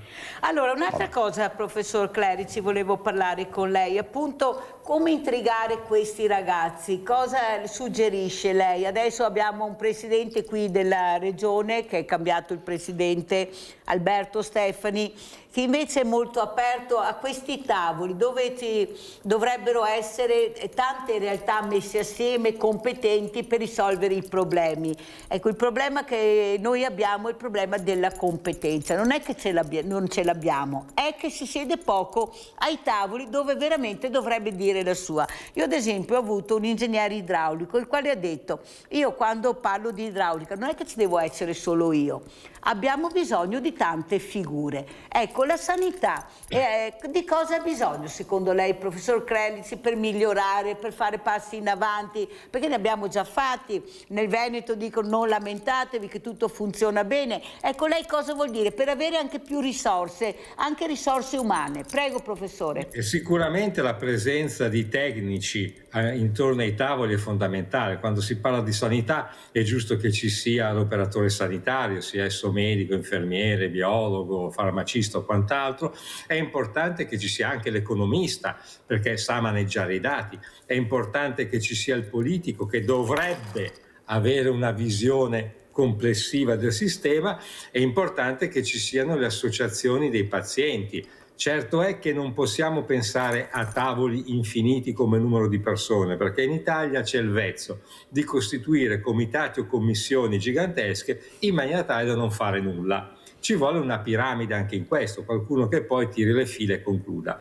Però il personale sanitario non ha mai smesso di sedersi e di confrontarsi. Quando facciamo l'esempio delle scuole, il personale sanitario è disponibilissimo a sedersi intorno a un tavolo con l'ex provveditore, che oggi si chiama dirigente scolastico regionale, con i presidi, con i professori, per studiare dei meccanismi di avvicinamento alla salute dei bambini, perché se non iniziamo da lì a fargli conoscere che cos'è un'infezione, ma anche a fargli comprendere che se mangiano in un certo modo diventano obesi, che possono avere il diabete, che purtroppo qualcuno può avere dei problemi cardiaci che se trattati subito si risolvono. Ecco, se noi non abbiamo questo insieme culturale, pedagogisti, quindi docenti e altri, genitori che continuano questo percorso poi a casa e personale sanitario, per quanto riguarda questo aspetto della sanità siamo perdenti. Le regioni si danno da fare, ma devono pensare di creare questi tavoli in maniera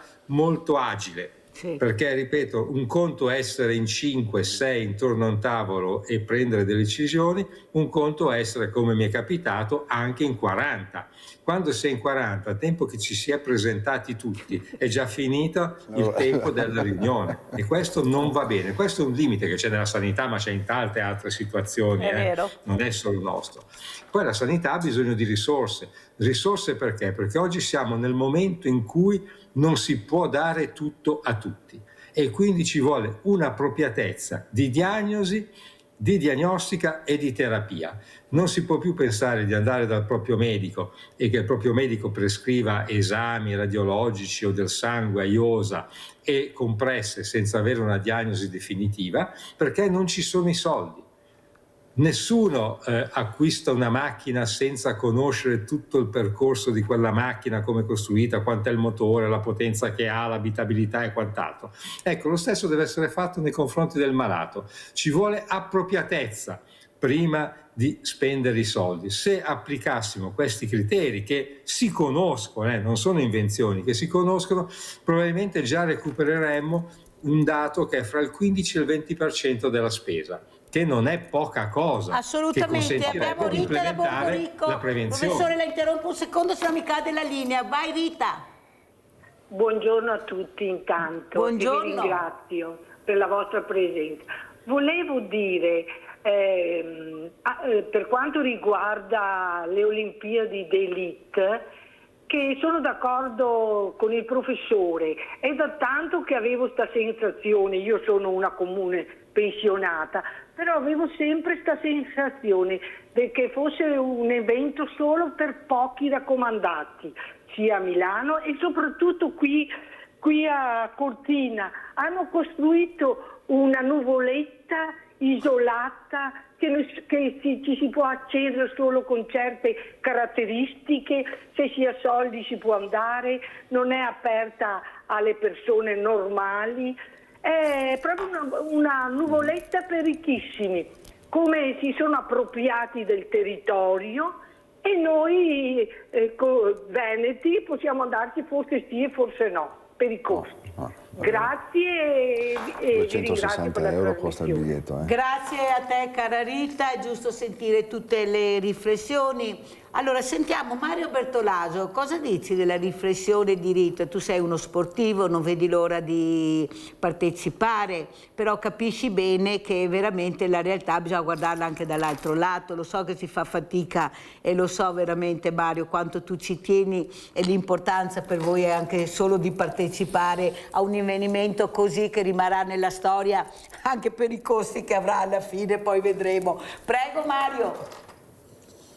Beh, allora, sicuramente la signora ha ragione, ne ho sentito parlare anch'io, ho sentito che ci sono dei costi veramente spropositati, il che secondo me è un peccato, perché se un ragazzino volesse andare a vedere questo evento e magari si appassiona, dovrebbe essere quello, secondo me anche lo scopo di un'Olimpiade, essere aperto a tutti, non solo all'elite, perché secondo me...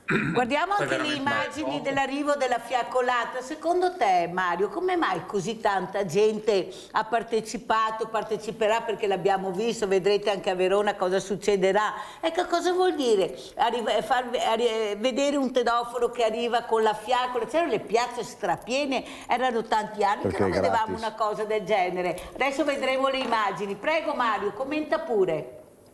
Beh, sicuramente è un unicum, cioè c'è poco da dire, non è una cosa che ti capita tutti i giorni di vedere un evento così importante.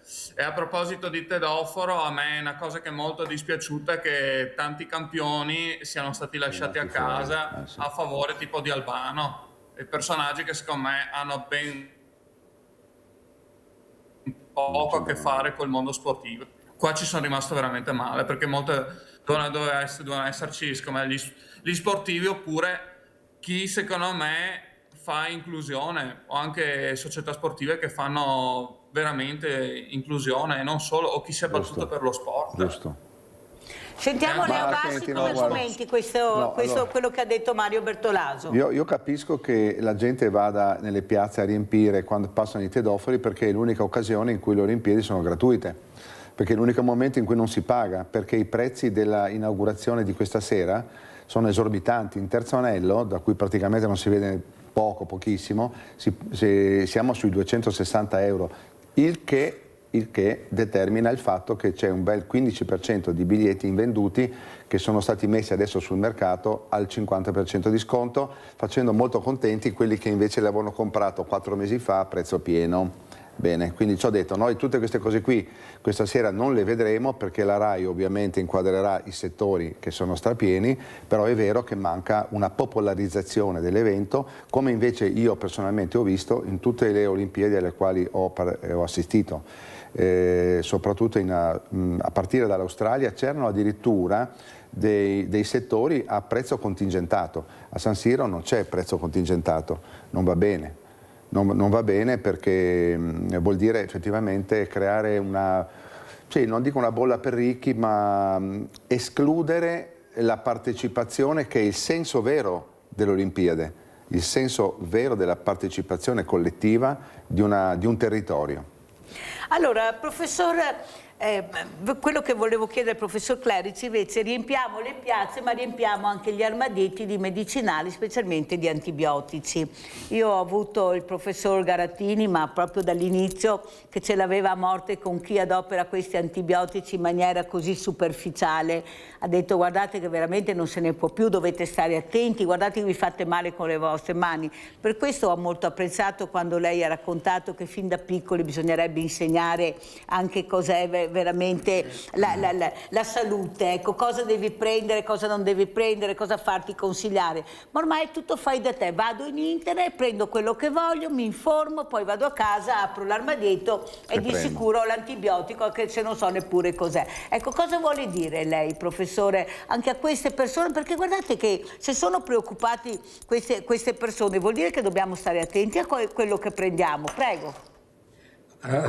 Quando parliamo di antibiotici affrontiamo un problema fondamentale per la salute delle persone, perché se un cittadino, possibile paziente, vuole in futuro risolvere un problema infettivo che può capitare, deve avere la possibilità di utilizzare antibiotici che fanno effetto, e la modalità per utilizzare antibiotici che non fanno effetto è quello di assumerli quando non servono. Ora, noi sappiamo benissimo che tutti i fenomeni virali, tutte le infezioni virali, a partire dalla banale influenza, che poi tanto banale non è, non possono essere curate con gli antibiotici, non servono, anzi fanno danno.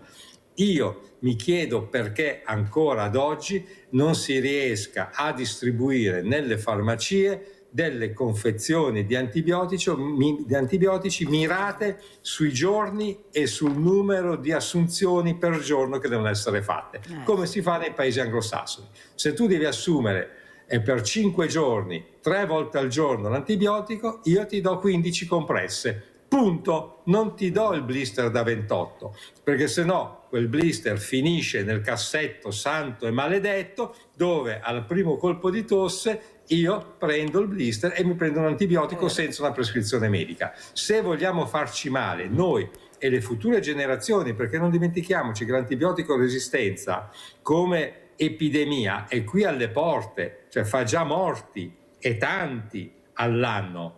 Non lamentiamoci poi, questo è un comportamento individuale, non è responsabilità di altri, è il singolo che si comporta male. Noi tendiamo sempre a dare la colpa ad altri. Il singolo, prima di assumere un antibiotico, chiede al proprio medico, allo specialista, se è necessario, e deve avere comunque una diagnosi di infezione batterica. Se non c'è una diagnosi accertata, quell'antibiotico è deleterio, non è acqua fresca, è deleterio.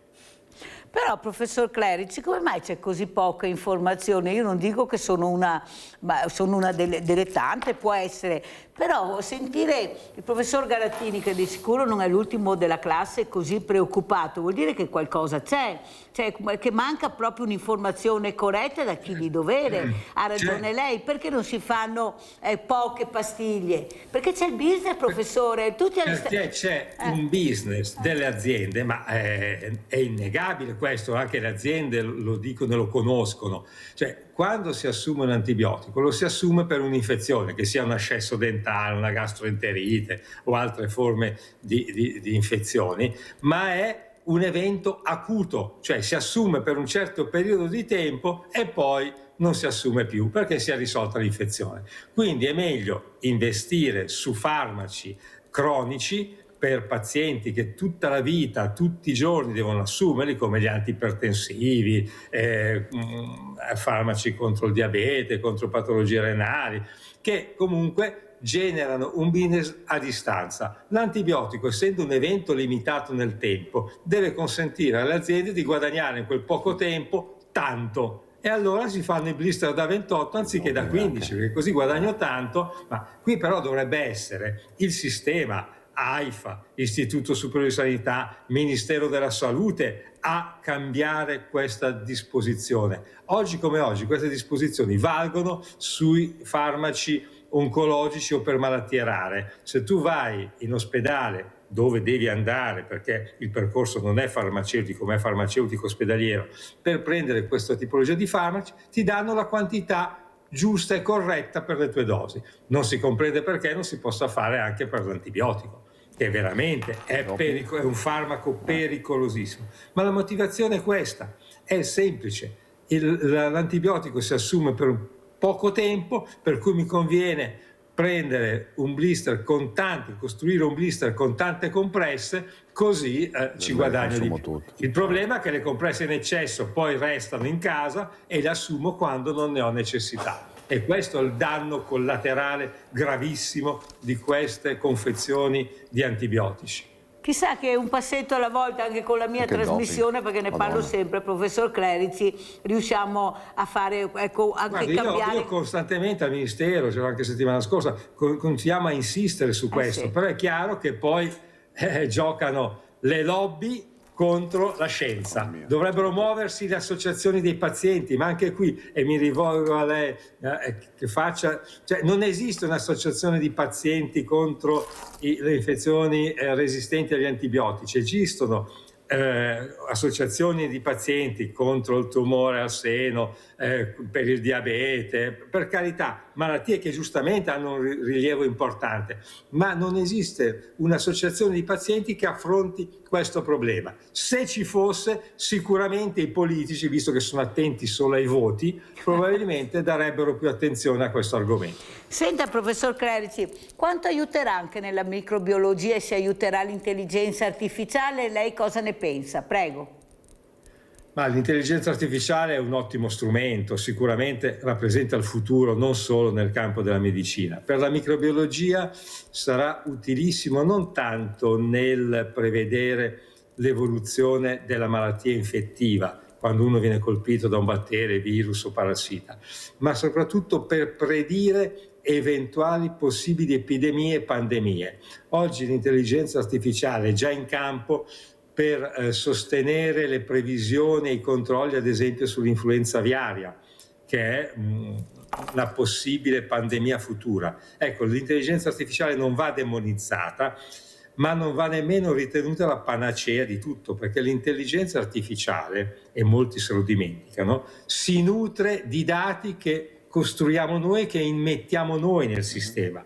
Quindi se noi mettiamo dati corretti, scientificamente provati, l'intelligenza artificiale dà risposte corrette. Se noi alimentiamo l'intelligenza artificiale con delle fake news, sicuramente l'intelligenza artificiale risponderà con delle fake news e il sistema andrà a incartarsi totalmente. Quindi la responsabilità comunque è sempre dell'intelligenza umana, anche sull'intelligenza artificiale.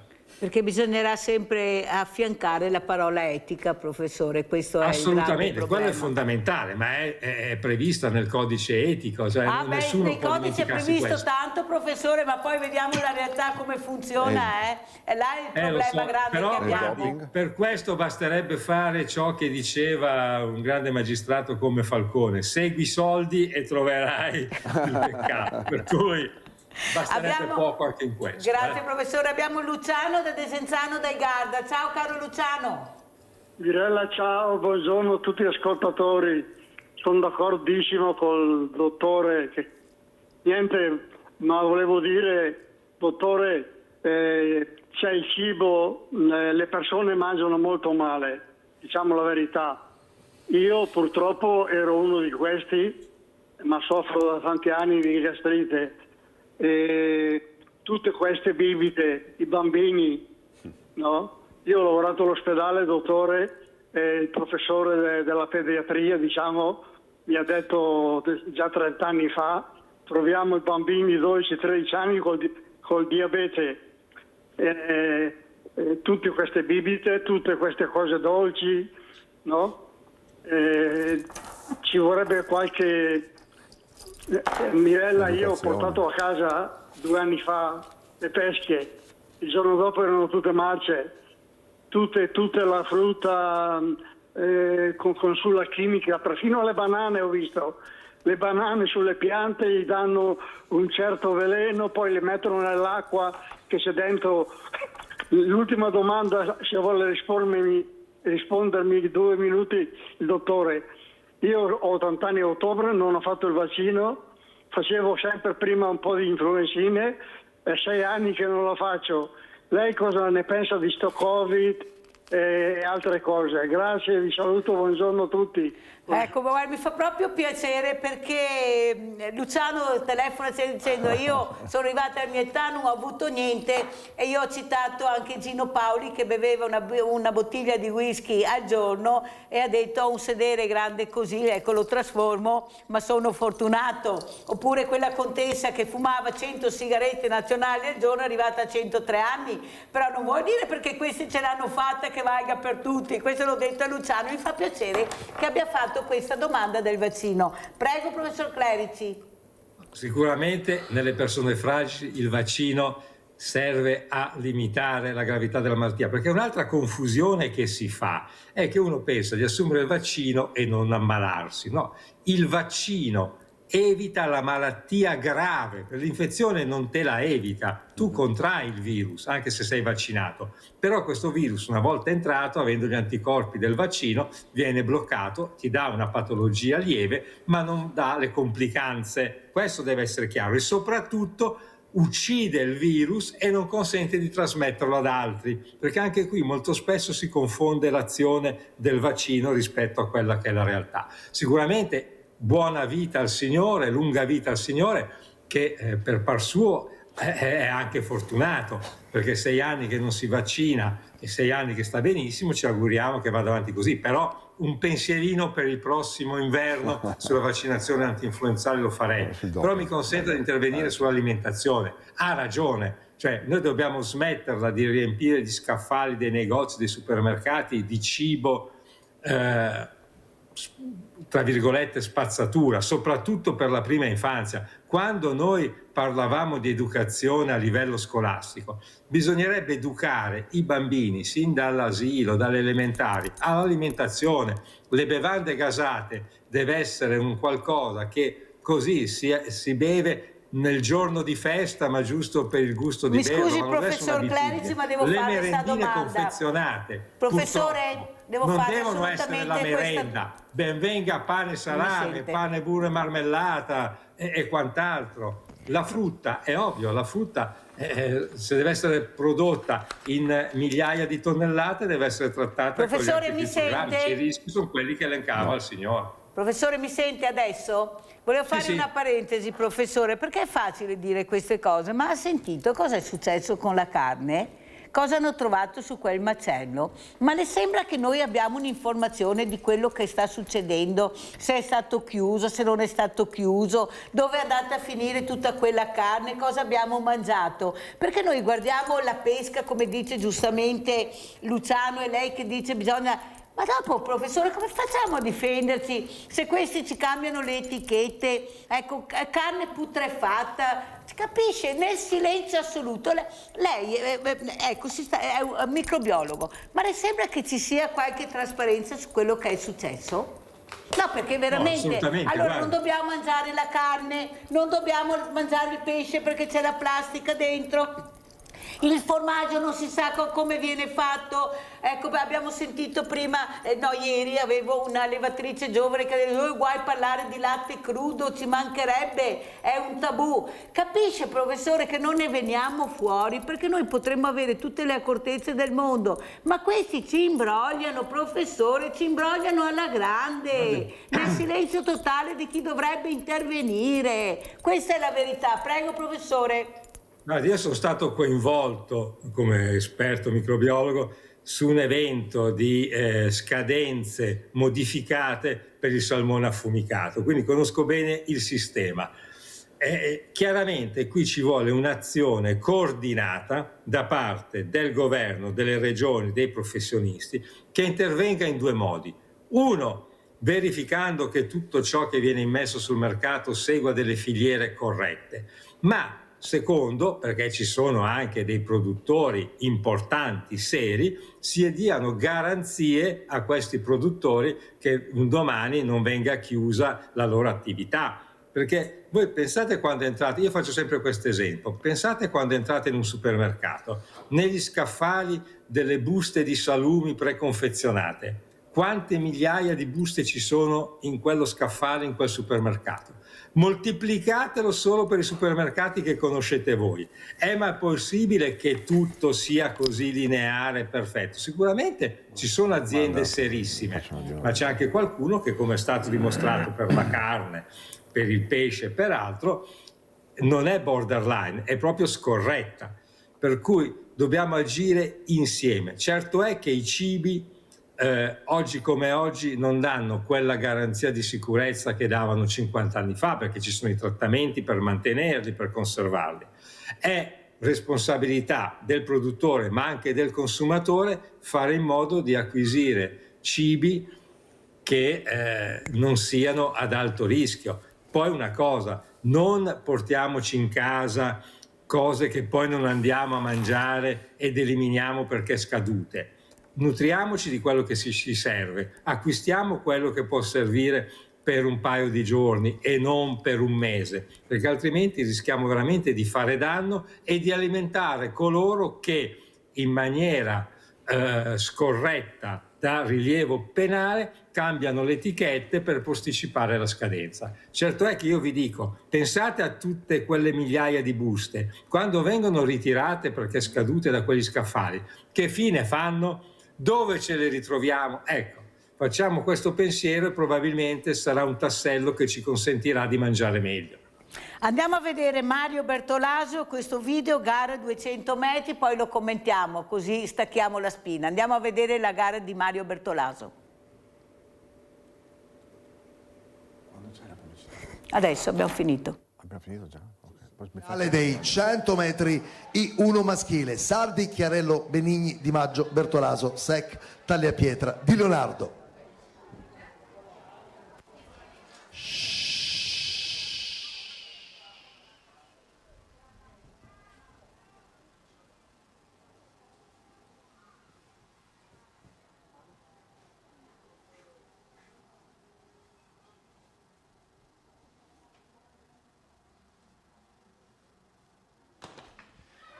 Ed eccoli qui i protagonisti, bene Di Maggio subito nella corsia centrale, poi attenzione perché accanto c'è anche Bertolaso in corsia 5, Mario Alberto Bertolaso, altro post 11,59, è stato un problema pensiamo per Fallusec.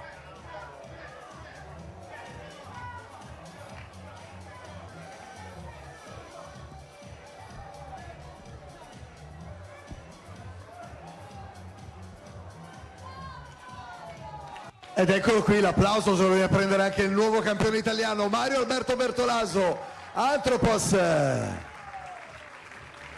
E anche noi Mario ti facciamo con Bassi, anche col professore un bel applauso perché te lo meriti tutti, io so quanto ti fanno piacere questi applausi, sono proprio sinceri Mario. Ecco, cosa vuol dire alla fine quando vinci? Ho partecipato, è vero, ma sono riuscito a vincere la medaglia d'oro. Prego Mario. Aspetta Mario che c'è una persona che vuole farti gli auguri e complimenti, è Mirella da Riese Piodecimo. Vai Mirella, cosa vuoi dire a Mario? Mirella, buongiorno al suo ospite e a tutti.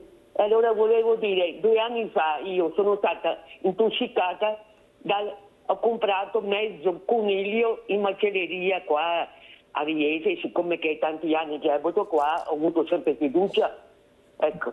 Ma il male che mi ha fatto, non sapete quanto, 4 giorni, male di stomaco, di pancia, di tutto e di più. Allora sono andata dal dottore e mi ha detto, se hai ancora un pezzo di coniglio, portalo qua che lo guardo bene io. Sì, ho detto, ne ho mezzo e te lo porto. Allora, l'ho portato, mi ha detto che è da buttarlo via, perché gli hanno dato gli antibiotici. Gli antibiotici a me non mi va perché sono allergica a certe medicine forti. Allora ha detto smettila e mi ha dato di fermenti lattici da prendere e altre cose. E sono stata meglio, però di carne, guarda, meno ne mangio, meglio sto. Grazie veramente... Mirella, grazie cara Mirella. Leo Bassi, cosa volevi dire a Mario Bertolaso? Vabbè, no, a Mario Bertolaso gli faccio solo un applauso, perché veramente posso immaginare, si sente il re del mondo in quel momento. Volevo fare un appunto, visto che si parla di Olimpiadi oggi, siamo in pieno Olimpiadi, fra 7 ore iniziano, e volevo fare una domanda e una riflessione al professor Clerici. Perché ci sono allora cittadini che non sono informati o vengono male informati, poi ci sono gli atleti che pensano di essere informati e si ritrovano dopati. E il primo dopato delle Olimpiadi purtroppo è italiana, una biatleta che è stata esclusa 4 giorni prima delle Olimpiadi. Tra l'altro una biatleta, biathlon, che avrebbe fatto le Olimpiadi se non fosse stata squalificata a casa sua. Quindi il sogno della vita di poter fare le Olimpiadi nel posto in cui sei nato, sei cresciuto, selezionato per la tua nazionale, 4 giorni prima è emerso dai controlli dell'antidoping una grave forma di doping, saranno 4 anni di squalifica. E lei cosa ne pensa di questi atleti che non si informano? È incredibile, ma è così. Professor Clerici, a lei la risposta. Ci sono 2 responsabilità importanti, una dell'atleta che dovrebbe cercare l'informazione, l'altra però dello staff che sta intorno all'atleta, che dovrebbe informare costantemente dei rischi. Cioè, io mi meraviglio quando sento queste cose, perché l'atleta può essere anche, passatemi il termine, ignorante sull'argomento, ma lo staff che ha dentro anche dei medici non può non dire e spiegare all'atleta che se tocca anche una pomata da spalmare per lo zio, per il fratello, può rischiare di contaminarsi e quindi risultare positivo.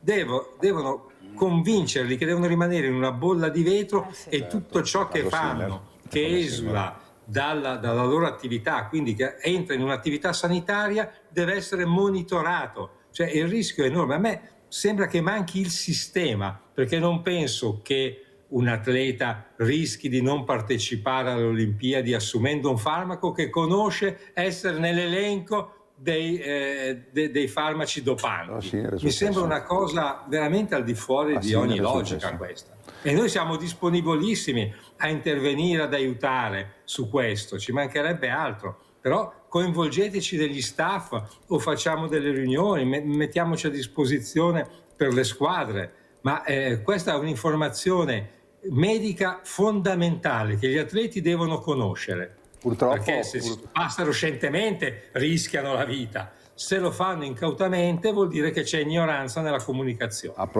proposito di staff, purtroppo l'atleta che è stata coinvolta adesso è stata squalificata e sostituita con un'altra atleta, è la prima atleta italiana squalificata a questo livello così importante dopo Sinner, perché non ci dimentichiamo che esattamente il problema di Sinner, che poi ha concluso con una transazione di 3 mesi, è nato proprio da un errore dello staff, che è esattamente quello che dice il professore, cioè l'utilizzo di una pomata, forse lui sicuramente non era a conoscenza, ma chi gliel'ha somministrata, chi gliel'ha data lo doveva sapere.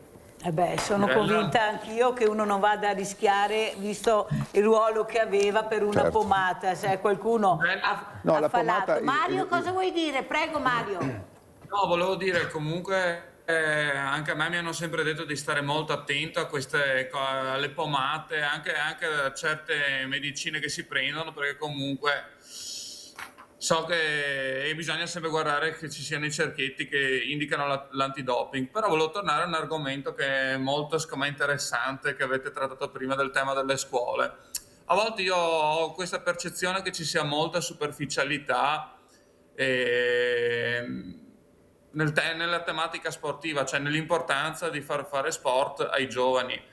È una cosa che noto anch'io, c'è troppa superficialità. Come diceva prima, si potevano ospitare dei bambini al San Siro? Secondo me sì, perché è veramente molto importante fargli capire l'importanza dello sport. Poi avevate parlato del tema dell'alimentazione, sì.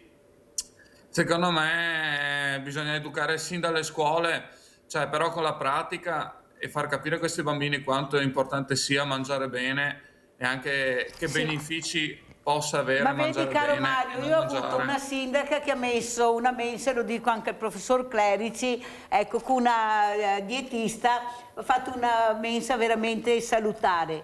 Non ti dico cosa è successo a sta povera sindaca, ha dovuto togliere la messa, i genitori esasperati, disperati, mio figlio non mangia, viene a casa con fame, ma cosa pensate di fare? Capisci Mario che questi bambini non hanno non possono difendersi da soli, è là il grande problema, sì, questi bambini non riescono a capire da soli cosa devono mangiare o non mangiare e questo diventa veramente un problema. Professor Clerici, come ti saluta? Ormai è finito il tempo.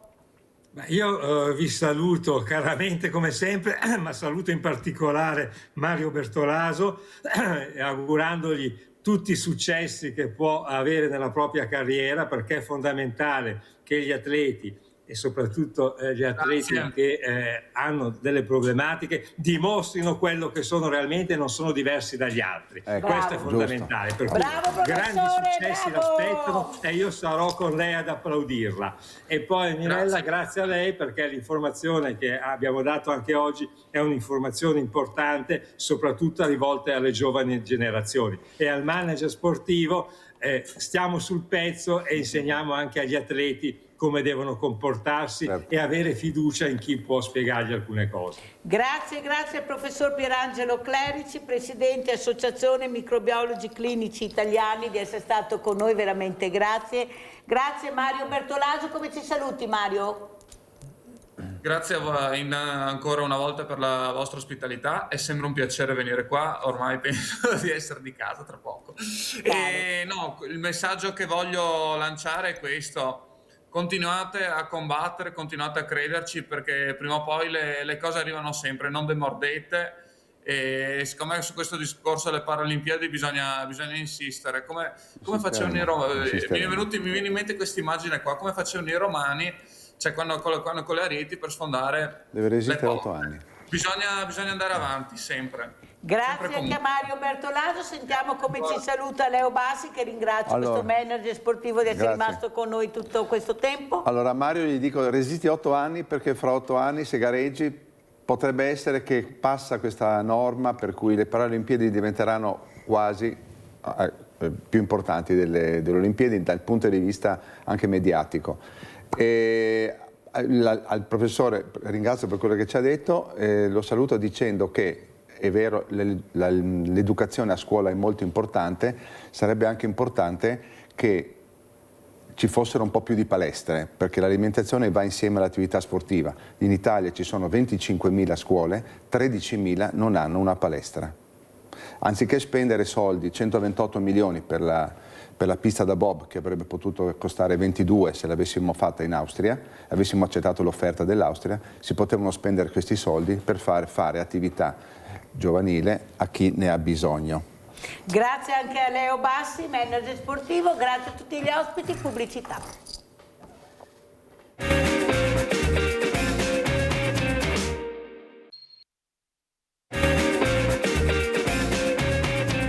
Libro Strada Assassina, 7 storie vere. Strada Assassina. La mia storia in questo libro non c'è perché.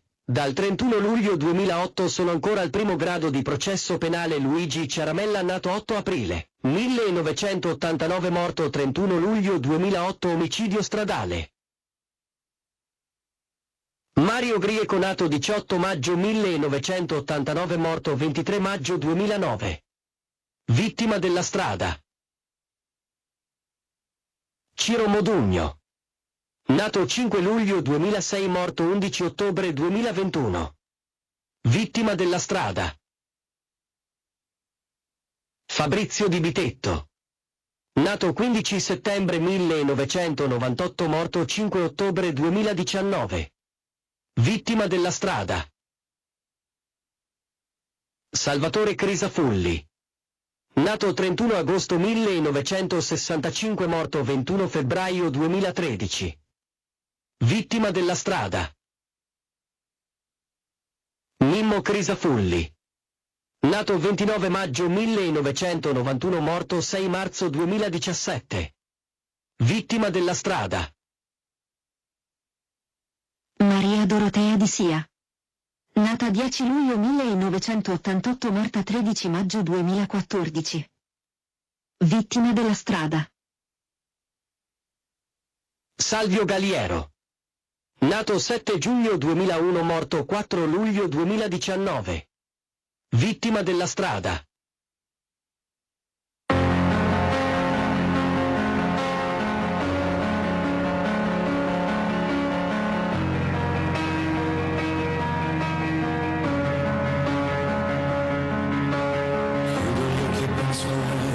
Il profumo dolce della pelle sua è una voce dentro che mi sta portando dove nasce il sole. Sole le parole, ma se fanno scritte tutto può cambiare. Senza più timore te lo voglio urlare. Questo grande amore, amore, solo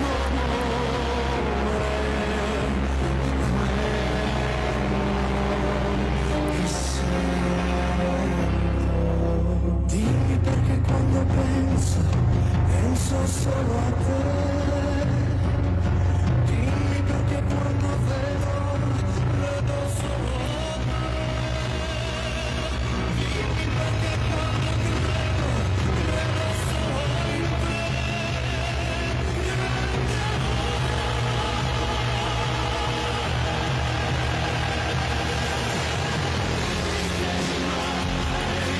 Non mi lascerai mai.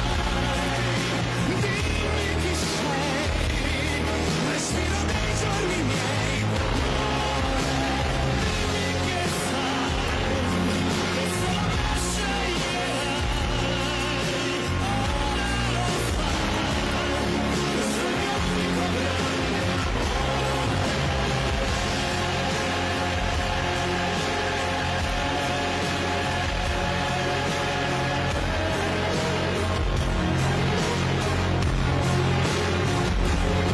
questo è il mio unico grande E ringrazio e saluto Biagio Ciaramella, portavoce Associazione Mamme Coraggio, vittime della strada. Grazie Biagio per l'importanza e l'impegno che metti per cercare di andare avanti, di trovare delle soluzioni che veramente diano delle risposte. Non è possibile perdere questi ragazzi, già ne abbiamo pochi, però non c'è niente da fare. Questa adrenalina che provano con la velocità, con la superficialità che si mette alla guida fa veramente pensare. Delle volte io dico, ma sono proprio le strade o è un problema di velocità e di superficialità? Prego Biagio Ciaramella e grazie. Grazie a te. Allora, giustamente quello che hai detto sono tutte parole sante, però vorrei anche aggiungere che purtroppo la negligenza a volte delle istituzioni fa capitare anche questi omicidi stradali, perché le concause, le strade, la segnaletica e tutto quello che potrebbe comprendere la sicurezza stradale a volte viene trascurata. Col nuovo codice della strada giustamente sta diminuendo un poco il numero dei morti di fine settimana, la legge sta dando i suoi frutti, però più controlli potrebbero essere ancora di meno i morti sulle strade, perciò noi ci appelliamo al governo centrale per vedere di fare in modo che questa mattanza sulle strade finisca, per almeno diminuisca, perché non se ne può più, troppi giovani che muoiono sulle strade. Però Biagio è anche vero che noi vediamo le macchine di ultima generazione sempre più potenti, abbiamo dei cinematografi all'interno di queste macchine, ecco, e allora come mettiamo sulla bilancia? Va di più, ecco, la sicurezza o vale di più il business, vendere queste macchine veramente che è una cosa incredibile, vai a 200 all'ora, sembra che vai a 70-80 all'ora. Prego Biagio. Hai fatto una domanda molto bella che mi piace rispondere, perché in effetti fanno le macchine che fanno a 200 all'ora, a 300 all'ora e poi mettono i limiti di velocità a 50, 60, 70, 80 all'ora. Il problema è questo: come fa il governo a far fare queste macchine sulle strade e poi mette dei limiti che queste persone non si accorgono nemmeno di andare forte, perché basta che peggiano un attimo il pedale e la strada purtroppo diventa una pista. È quello che noi vogliamo renderci conto. Fanno il codice della strada, mettono i limiti di velocità autovelox che non sono a norma e poi dopo costruiscono ancora macchine a 300 all'ora. Allora il problema, o noi siamo come associazione che non abbiamo capito niente, o la lobby di chi ci sta attorno in effetti comanda più dello Stato. È giusto? Allora Biagio, un'altra cosa importante che volevo capire è cosa farete. Tante associazioni, non è il caso, visto che in politica contano i numeri, di unire le associazioni? Non penso, ecco, io non riesco a capire, qui stiamo parlando di figli che sono morti, di persone care, fratelli, sorelle, compagni. Non è il caso di unire le forze per incidere veramente in maniera più forte? Perché così tante divisioni? Perché non si riesce a fare squadra tra associazioni, ognuna nel proprio ruolo naturalmente? Prego Biagio. Allora, noi abbiamo creato questo gruppo di 3 associazioni. Una sarebbe l'associazione Mamme Coraggio, un'altra l'Unitaria Vittime della Strada e un'altra l'associazione italiana Vittime della Strada. È una cosa che combatto da anni, perché in effetti noi dovremmo stare tutti quanti uniti, come hai detto tu, per la stessa causa, perché oltre a essere un'associazione per le vittime della strada, noi ci definiamo anche un sindacato di persone che vogliono la sicurezza stradale, ma se non ci andiamo a mettere nel tavolo tecnico delle istituzioni, penso che tutto questo nostro lavoro sia una cosa indifferente per gli altri. Tanto ormai purtroppo noi capiamo bene chi purtroppo ha la tragedia all'inizio, perché si trova in un tunnel senza uscita e non sa nemmeno quello che deve fare. Ma persone che hanno subito questo lutto, perché non escono fuori? Perché non continuano la battaglia tutti quanti assieme, come hai detto tu, per dare la nostra esperienza negativa, per non farlo succedere più? Perché nessuno si aspetta, nessuno vuole che domani mattina succeda una tragedia, però noi penso che dobbiamo prevenire per vedere di non farla succedere, se no mi sembra una battaglia assurda. Se le istituzioni non ci stanno a sentire, ci dovrebbe unire come dici tu, però con gli anni diciamo che la tragedia a volte rimane anche abbandonata da qualcuno, perché si pensa che il dolore l'hanno solo loro, invece noi siamo un esercito di persone che purtroppo soffrono in silenzio e nessuno fa niente per garantire questa sicurezza stradale. È quello che giustamente la tua domanda è proprio positiva, e tu ne sai qualcosa perché hai cercato di riunire tante associazioni, però mi sembra quel fatto che ognuno vuole riunire sul proprio orticello. Qui non c'è niente di spettacolare, si dice soltanto il fatto di fermare queste stragi stradali. Punto. Noi allora, solo questo vogliamo. Andiamo a vedere anche purtroppo questi incidenti mortali. Andiamo a Padova, incidente mortale a Rovolon, e poi andiamo anche a vedere altri incidenti a Maserata e in altre parti. Andiamo a vedere, poi commentiamo con Biagio Ciaramella.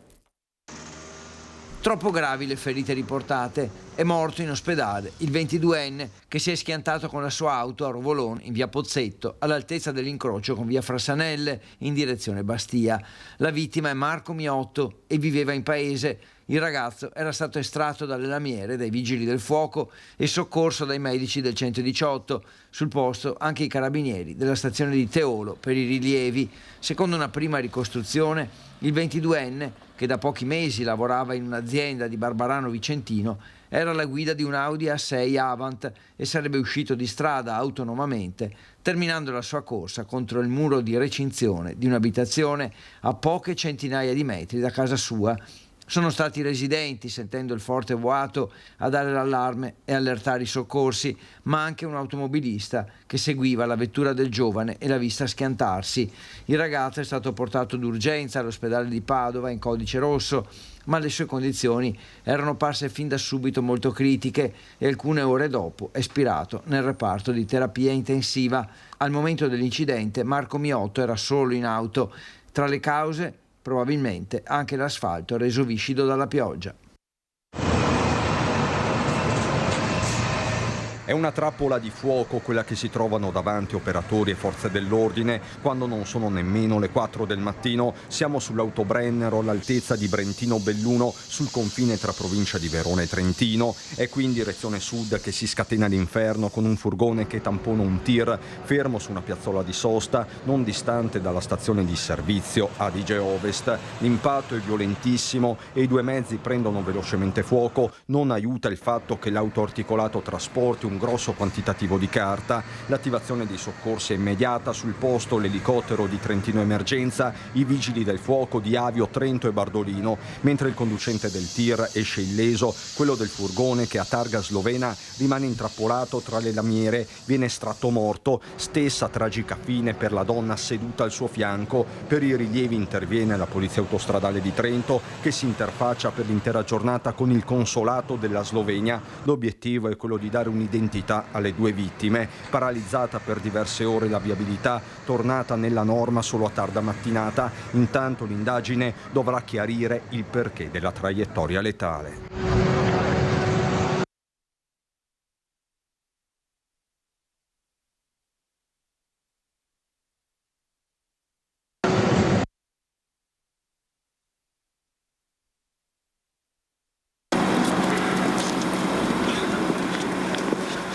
Praticamente io venivo normalmente da quella parte e questa macchina mi è venuta addosso e non lo so se si è addormentato o se stava al telefono e mi sono allargato il più possibile a destra, ma no, c'era il guardarai lì e non sono riuscito a... Poi il camion si è stravolto. Ancora sotto shock ma rimasto illeso è il camionista coinvolto nel drammatico incidente avvenuto in via Piave a Salettuol di Maserata. Un impatto violentissimo che non ha lasciato scampo ad un uomo di 70 anni alla guida di un furgone doblò. Si tratta della prima vittima della strada del 2026 nella provincia di Treviso. Secondo quanto emerso finora, una Fiat Panda, condotto da un'anziana 69enne di San Polo di Piave, avrebbe improvvisamente invaso la corsia opposta, tagliando la strada a un'autobotte carica di vino e diretta verso Treviso. Nel tentativo di evitare l'impatto, il 58enne alla guida del camion ha sterzato, ma non è riuscito a evitare il ribaltamento del mezzo, che è finito nella strada sottostante, schiacciando il furgone che procedeva in senso opposto. Ad assistere alla tremenda collisione anche un altro testimone che conferma la dinamica dell'accaduto. Il camion, appena visto che la Panda gli stava venendo addosso, si è spostato tutto sulla destra, ha preso con le gomme l'erba, ha fatto l'elastico con il guardrail e ha preso la signora sulla sinistra, capottandosi. Del furgone noi ce ne siamo accorti quando, dopo aver soccorso la signora, c'è stata una moglie di quello che era dietro di me che è stata là nella vigile eccetera. Noi siamo venuti qua per vedere il camionista come stava eccetera e ci siamo accorti del fiorino sotto. Abbiamo cominciato a chiamare a gran voce se c'era qualcuno, nessuna voce e... Alla guida del doblò c'era Severino Bellan, di 70 anni, residente a Porto Tolle, morto sul colpo.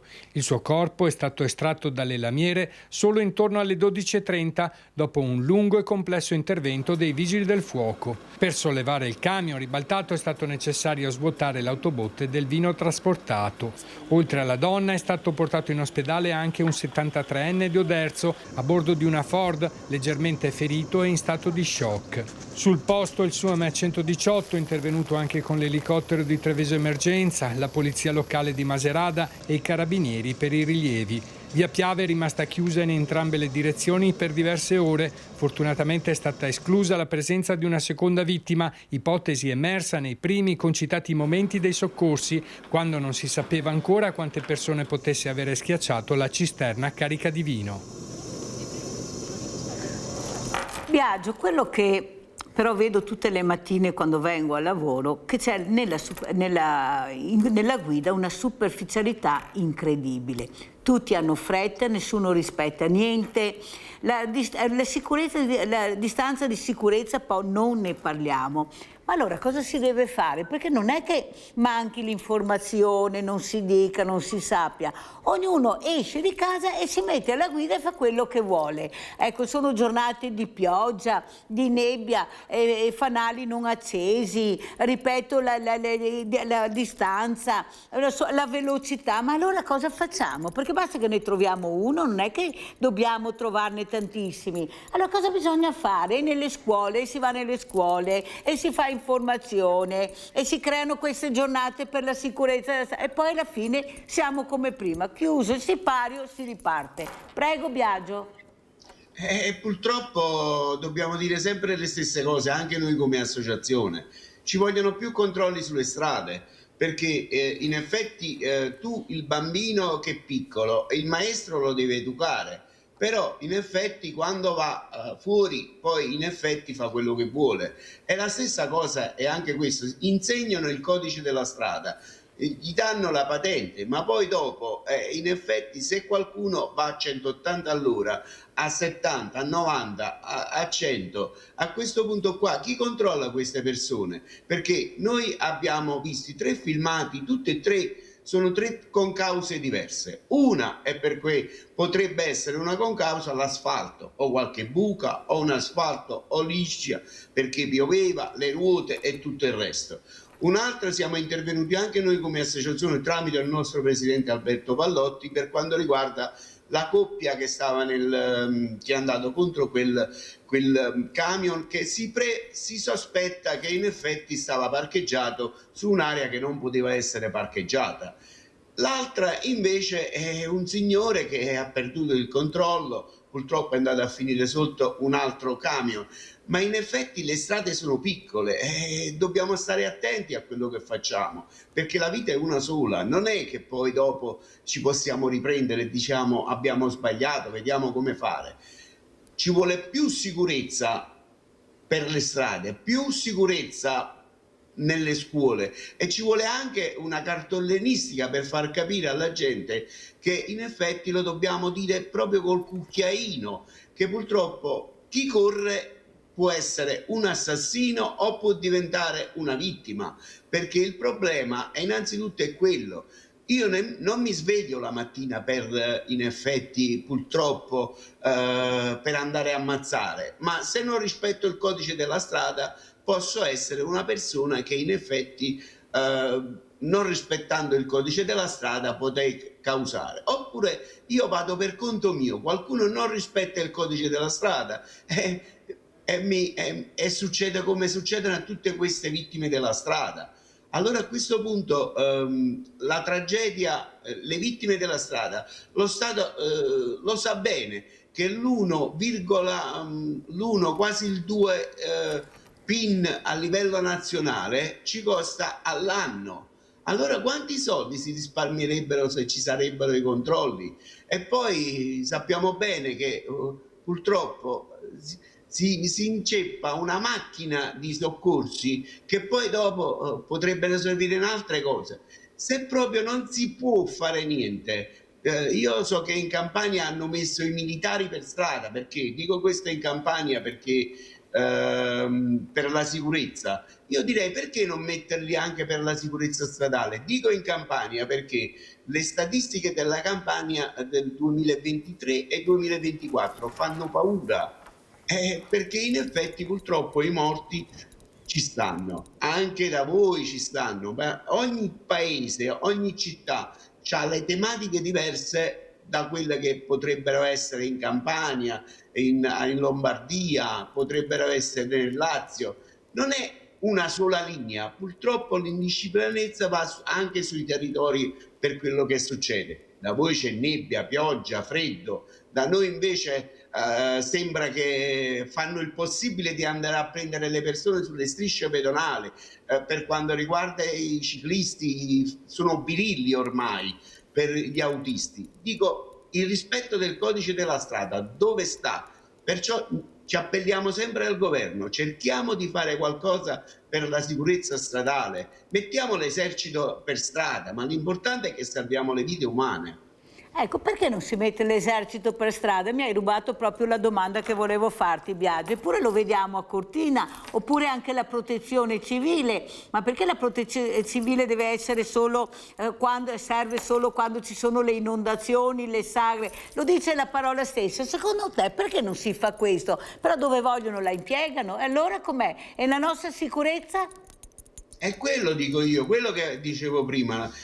Per quanto riguarda la protezione civile potrei dire che può far supporto all'esercito, però noi abbiamo tante persone che in effetti stanno nell'esercito e in effetti invece di riempire le caserme riempiamo le strade e cerchiamo di liberare, perché noi vediamo che a Roma, a Napoli, fuori alla stazione, e hanno ragione, attenzione, per quello che fanno un ottimo lavoro. Però nessuno si è reso conto che quello che succede sulle strade sono i morti. Il problema non c'è rimedio per la famiglia, per chiunque sia. Giustamente io non riesco a capire perché c'è questa, come dirti, qualcuno che non ci sente per la sicurezza stradale, e quello è brutto. E noi ci rivolgiamo anche a tutti quelli che i paesi, le città, strade. Senti Biagio, però qualcuno dovrà provvedere, perché non si parla di trasporto su gomma, solo su gomma, non si parla di ferrovia, non si parla di porti, si parla di fare terza, quarta, quinta, faremo come in America, sesta corsia, settima corsia. E allora cosa facciamo? Questi trasporti pesantissimi che vediamo delle volte veramente su strade da carretti e cavalli, cioè è una cosa veramente vergognosa e paurosa. Secondo te cosa si potrebbe fare? Perché sono le associazioni che ci devono muovere, però in politica contano i numeri. Perciò io penso che sia venuto il momento di riunire le forze, se no non andremo da nessuna parte. Prego. Allora, per quanto riguarda tutto quello che stai dicendo va bene. Io ho visto l'ultimo filmato, ho visto una strada, penso a 2 corsie, un camion che era abbastanza grande, e ti appoggio per quello che tu mi stai dicendo per quanto riguarda delle strade che non dovrebbero viaggiare questi camion, ormai sono tutti quanti così, e sulle autostrade che non rispettano il codice della strada. Il problema è questo, che ci vuole sempre un passaggio tra le istituzioni e chi cammina, il rispetto delle regole. Se uno sta andando a rubare e qualcuno che lo vede, nessuno dice niente, vuol dire che quello il giorno appresso va di nuovo a rubare, e questo è il codice della strada. Se tu non lo rispetti e nessuno ti controlla, vuol dire che tutto quello che fai domani, la settimana prossima o fra un anno è tutto che lo puoi fare perché ti hanno autorizzato a farlo, perché può essere mai che vediamo solo questa negligenza solo familiari e vittime della strada. Le istituzioni dove stanno? Le autostrade ci stanno i camion, non rispettano il codice della strada, ci stanno le telecamere, i tutor. Perché accontentarsi solo del verbale e non vedere di fermare queste macchine che poi dopo, se succede la tragedia sulle strade? Allora, per quanto riguarda le strade, noi stiamo facendo un lavoro tutto personale come associazione, in prima voce io come Biagio Ciaramella, referente delle 3 associazioni, portavoce. Io sto facendo degli esposti, non faccio più l'esposto per quanto riguarda la buca, ma faccio l'esposto per quanto riguarda la città, che per noi come associazione trascurata in tanti anni, e in effetti vogliamo capire perché quelle buche stanno là, quando poi c'è il codice della strada, dei verbali che la 208 dovrebbero tamponare quelle cose per le buche e per le strade. Poi da Roma arrivano tanti soldi ai comuni, regione e provincia di aggiustare. Poi vediamo le strade, le superstrade e quelle là intermedie che sono piene di buche e stanno da terzo mondo. Io parlo della Campania. Almeno aspetta che guardiamo anche le foto che hai mandato di sensibilizzazione. Andiamo a vedere le foto intanto che Biagio Ciaramella parla. Prego Biagio. Vai. Ecco, qui stiamo vedendo una foto, ad esempio Biagio, veloce perché siamo in chiusura, vai. Questa qui è in effetti l'alta velocità che non si rispetta e può succedere una tragedia. Questa è la cintura che nessuno la mette. Nelle nostre zone, ne parliamo sempre, è una concausa. Questo è il telefonino che nessuno se ne frega di rispettare il codice della strada, e poi invece succede il morto perché tu ti distrai.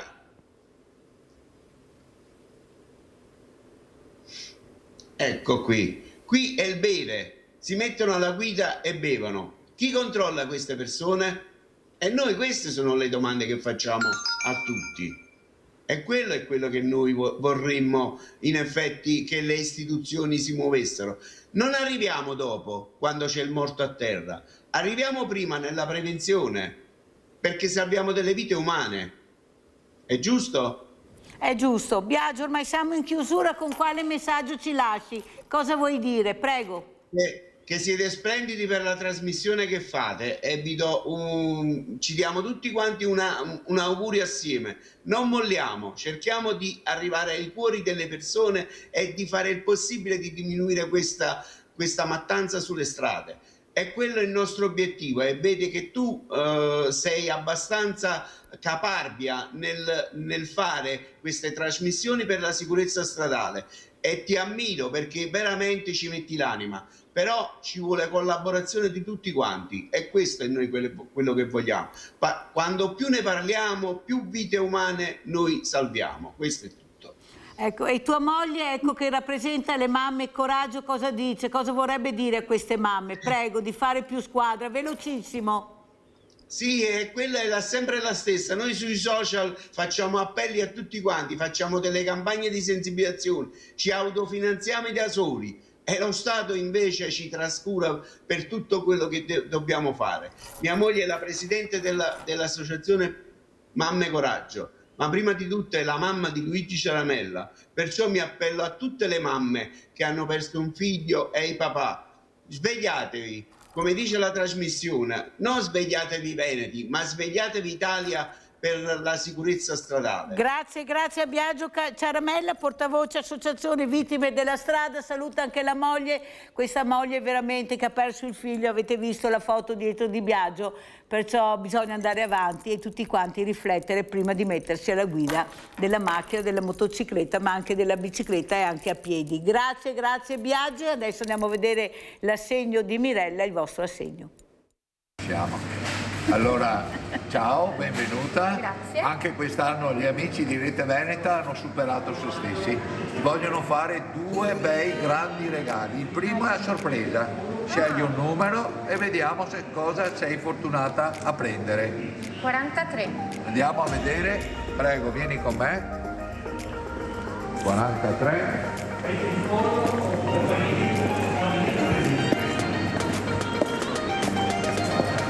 42, lo vedi? 43. Eccolo qua. Che bello! Lo so io? No, è una pirofila da forno. Mi serve sempre per mi serve sempre. C'è anche Babbo Natale e un arredamento. Bene, la mettiamo. Guarda che bello. 43, ecco qua. Bene, sono contenta. Guarda. Ma non finisce qui. Gli ascoltatori di Rete Veneta dobbiamo ringraziarli perché anche quest'anno per Natale abbiamo la possibilità di aiutarvi con un piccolo assegno. Ecco, per le vostre necessità. Grazie mille. Ecco, allora ti posso ringraziare con un bacino? Sì, ma non devi ringraziare me. E anche Rete Veneta? Sì, vabbè, anche te perché fai parte di Rete Veneta, anche a voi, grazie. Mille. Ecco, e buon Natale. E tanti auguri di buone feste. E speriamo che sia un anno migliore perché sempre. Mi serve proprio. Quest'anno sì, con tutto quello che è successo.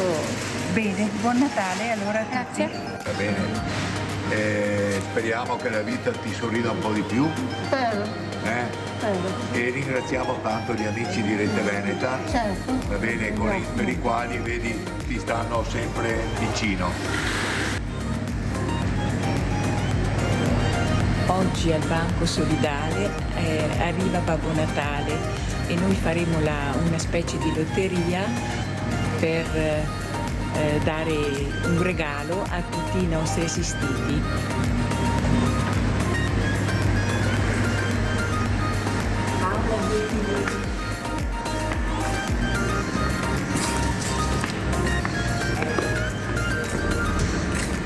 Adesso la Paola estrae un numero e dopo gli possiamo dare il regalo. Vediamo se è fortunata, cosa c'ha di numero 85, vediamo un po' l'85.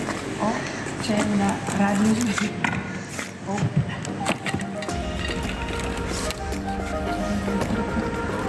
una cosa elettrica. Paola, guarda cosa hai vinto. Per la temperatura e per tutto quanto. Sei contenta? Grazie. Buongiorno anche a te e tanti auguri e benvenuta al Centro Solidale. E Babbo Natale con gli amici di Rete Veneta ti fanno scegliere un bel premio. Vediamo se sei fortunata. Che numero? 35. 35. Andiamo a vedere. Sì. Aspetta che prendo. Vediamo qua, dai pure il numero che mi serve per dopo. Andiamo di qua, andiamo di qua. Dall'altra parte. Ok. Grazie. Andiamo a vedere qui. Il 35. Eccolo qua. Dai, no, ciao, ma c'è qua lo zero. 10 tazzine lo zero. 2 tazzine o 3? 3 con anche la brocca per il latte. Va bene? Sì, va bene. Ecco, adesso loro ti preparano la confezione. Grazie mille. Va bene, e ancora tanti auguri. Grazie anche lei.